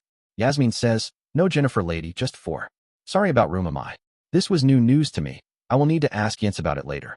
She instructs Yasmin, give me the rest of the cookies. Come on down, and I will make you some breakfast. Yasmin questions, not angry with me? Jens explains, Yasmin, I am very disappointed with what you did to my room, and I want Ben's picture back. However, I am mortified at what you did to Zarika's clothes and bed. Young ladies in America do not use other people's clothes for toilets. Yasmin questions, Jennifer lady, not I understand you speak too fast. Jens is remarkably calm, too calm. Yasmin is on the ground. Sharik growls at her, and she cowers. Yinz says, Yasmin, you need to apologize to Sharik because they are his cookies too. She says, Sharik dog, I sorry I take cookies. Sharik rolls over, and Yasmin giggles. Yinz grins, Yasmin, let me show you a trick I taught Sharik. She takes a cookie out of the bag. Sharik sits down. She sets the cookie on this nose, and he just holds it there. Yinz whispers, Yasmin, tell Sharik okay. Yasmin says, okay.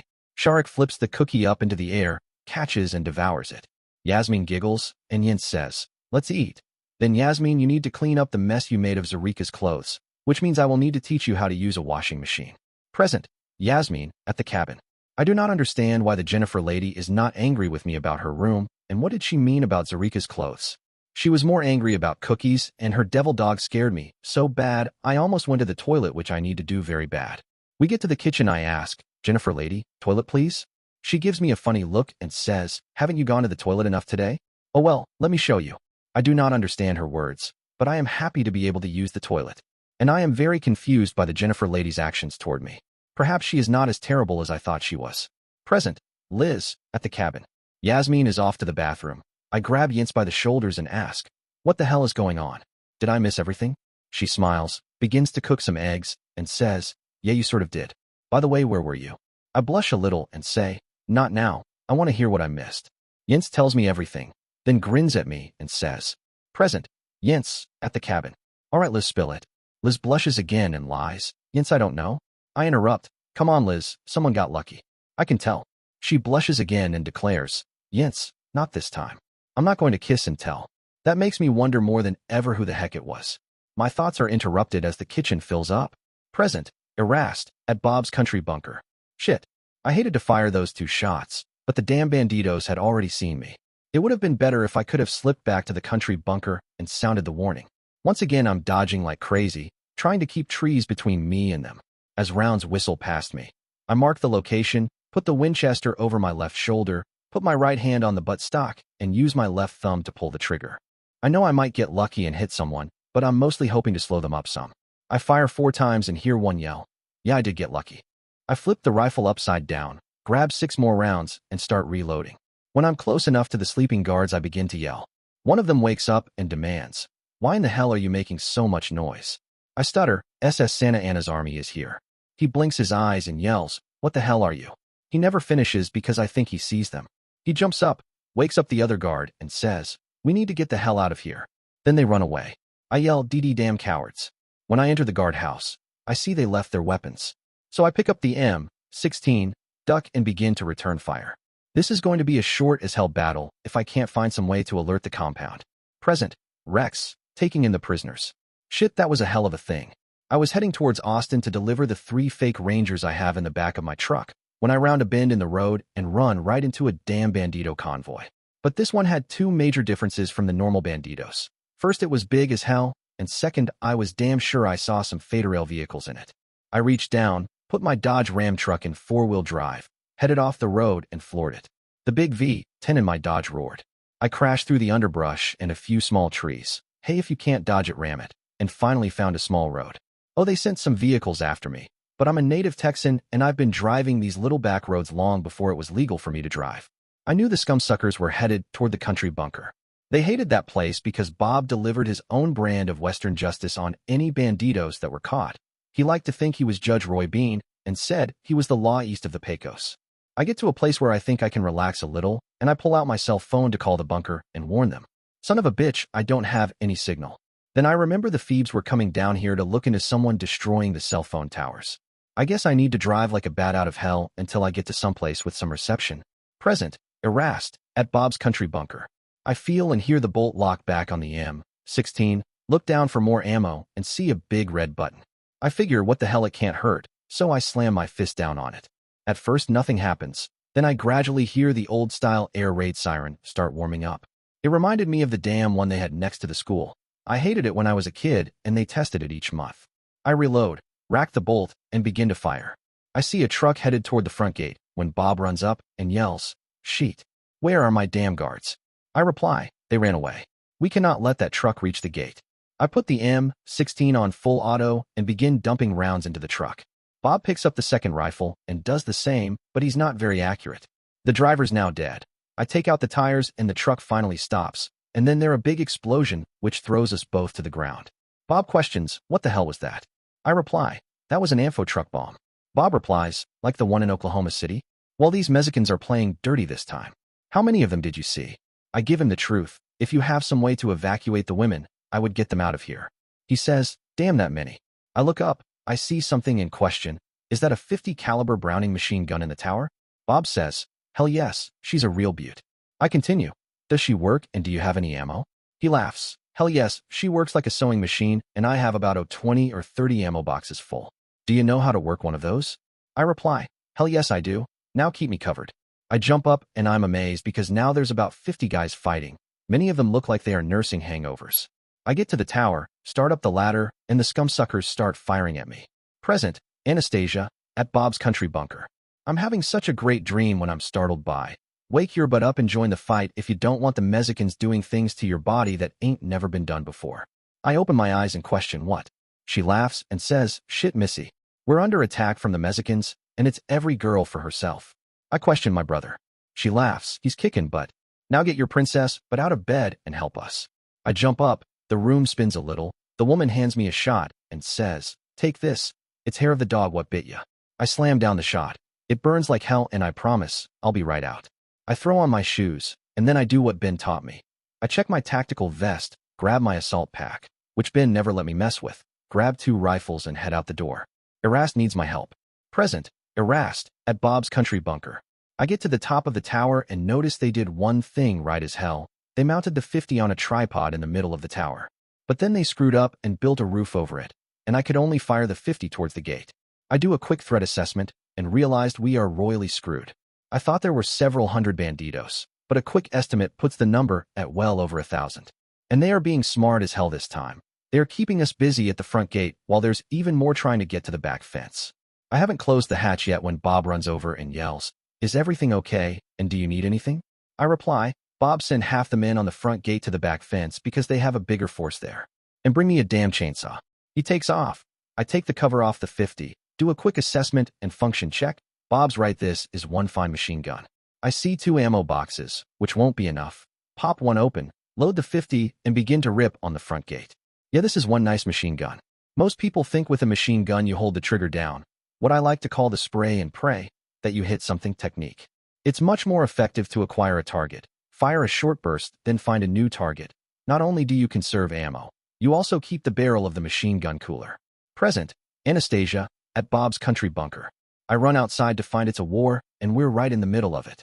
It seems like everyone is confused about what to do, and they're all running around like chickens with their heads cut off. Bob runs past me and says, Iris is in the tower with the 50. I take out my tactical radio and call, Erast, do you need some help?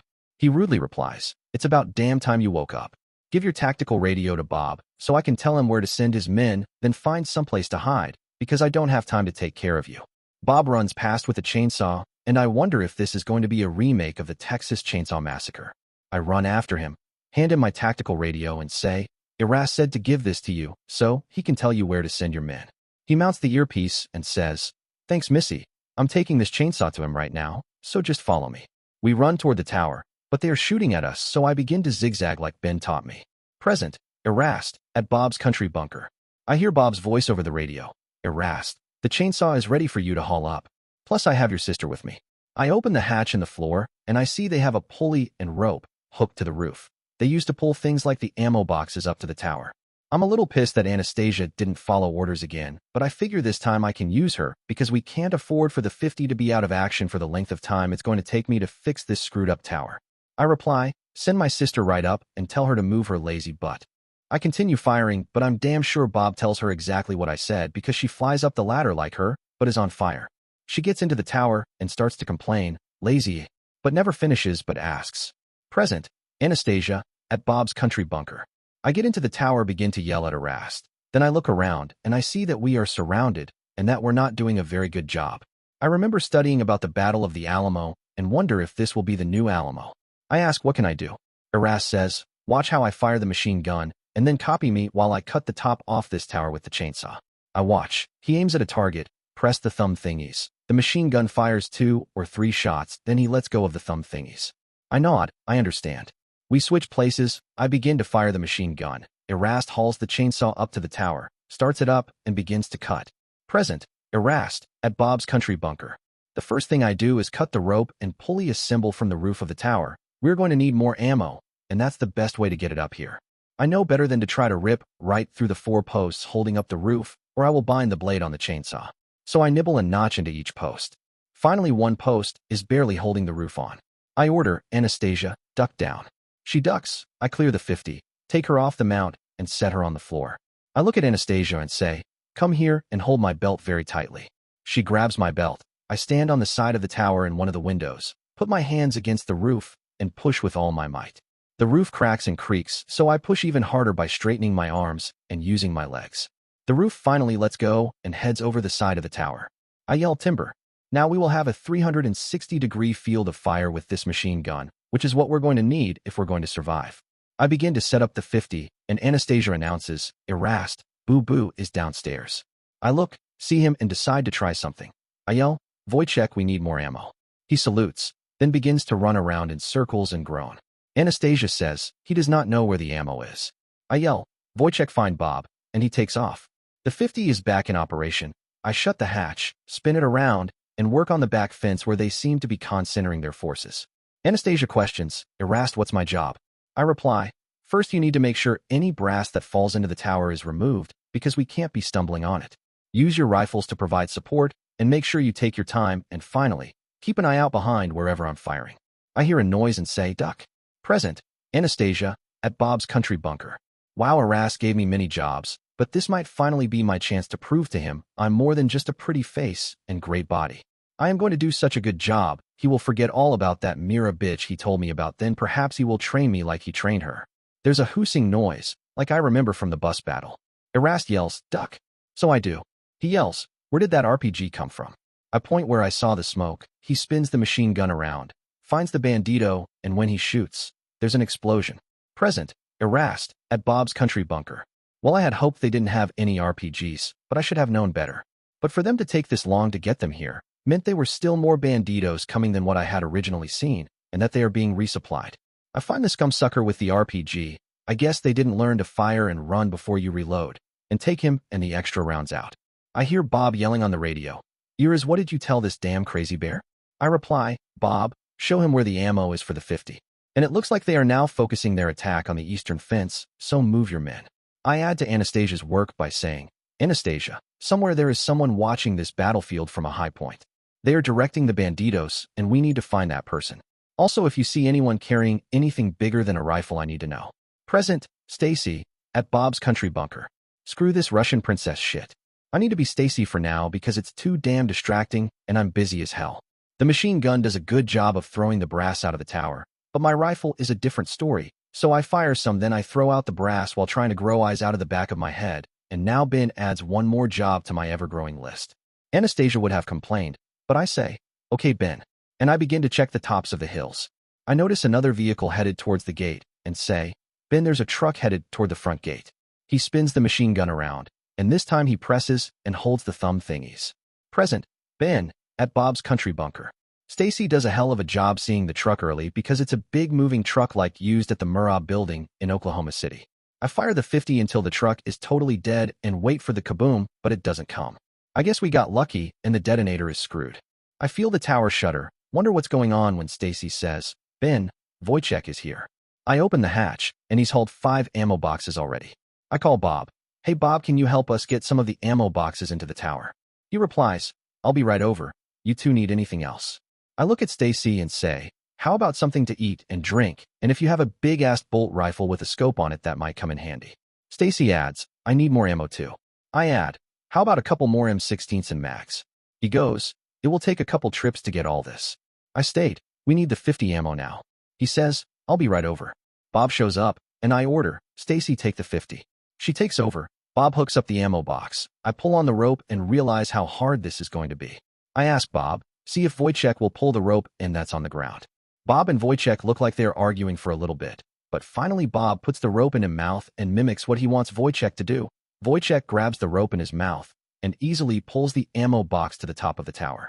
I order, okay Bob, have him stop. I pull the ammo box inside and order, let's do the rest. The others come up much faster.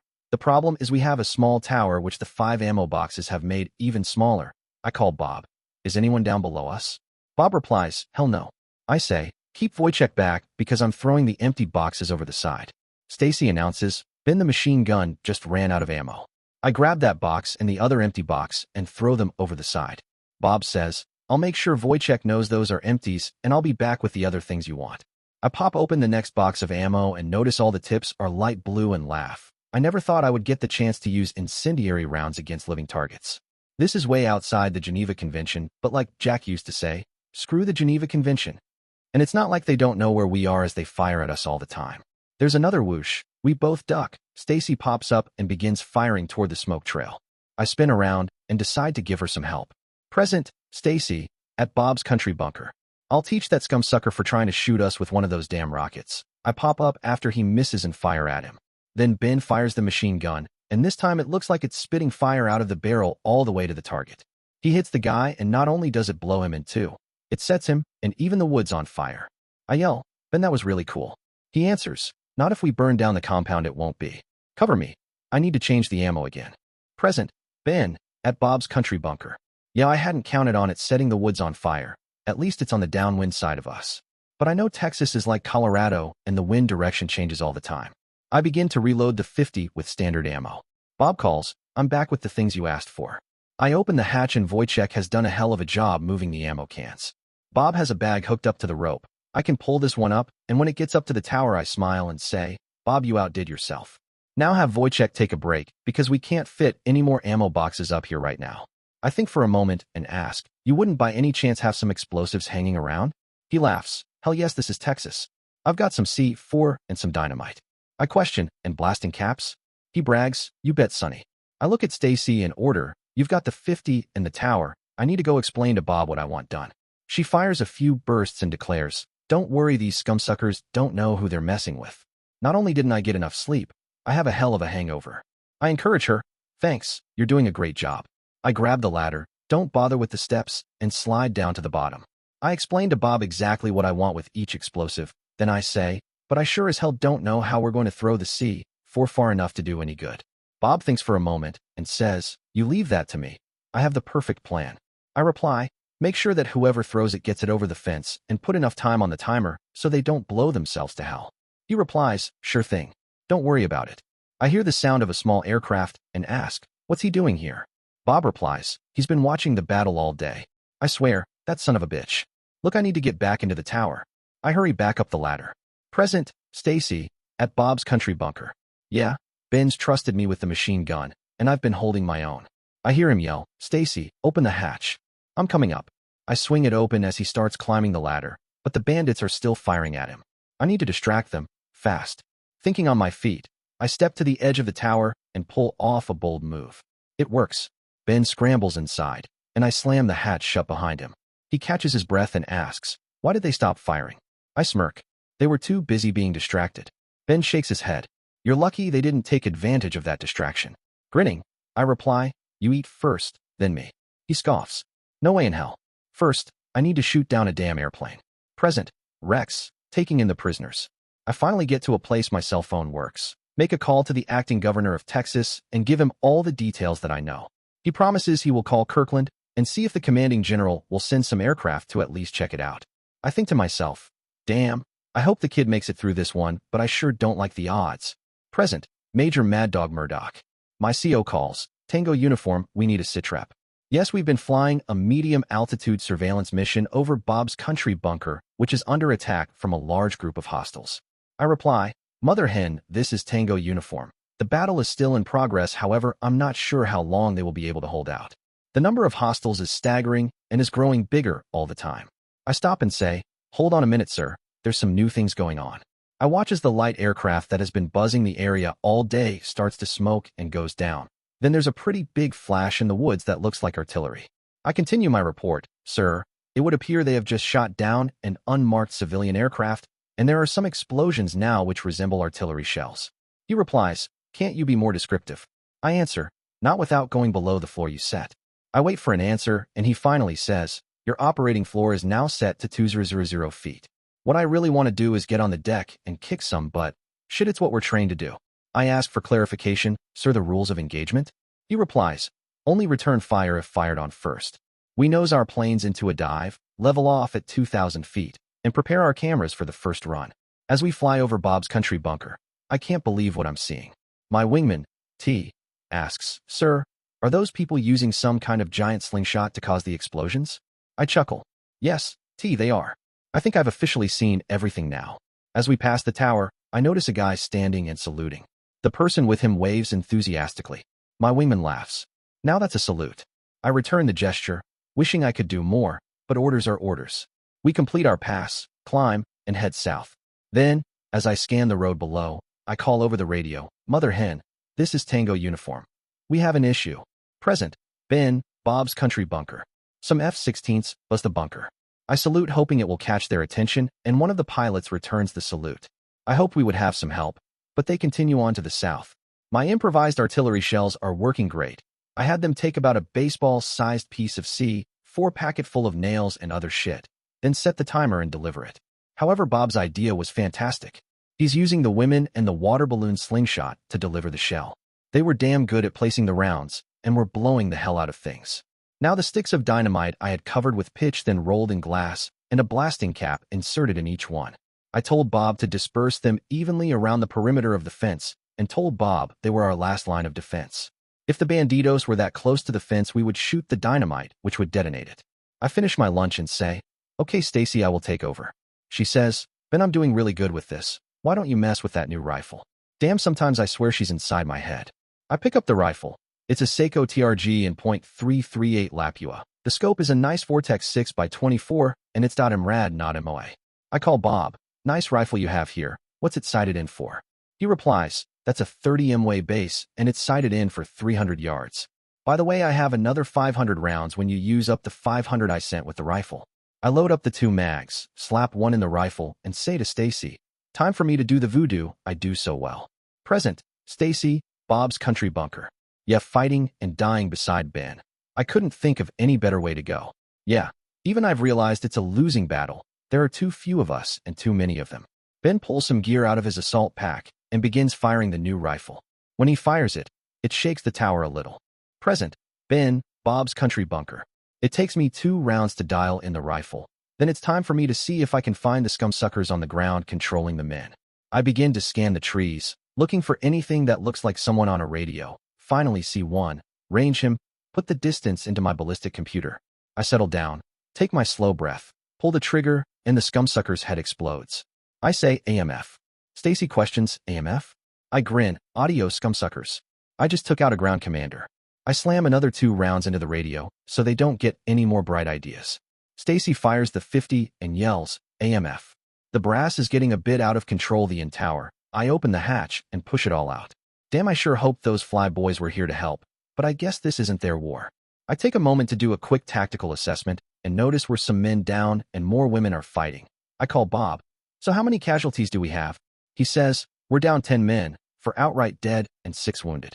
I order, if the wounded can still fire a rifle, get their butts back on the lines. Bob questions, don't you think this will end soon? I answer, Bob, this is a hell of a long way from being over. Dear listeners, please share your thoughts in the comments section below and don't forget to like, share, and subscribe.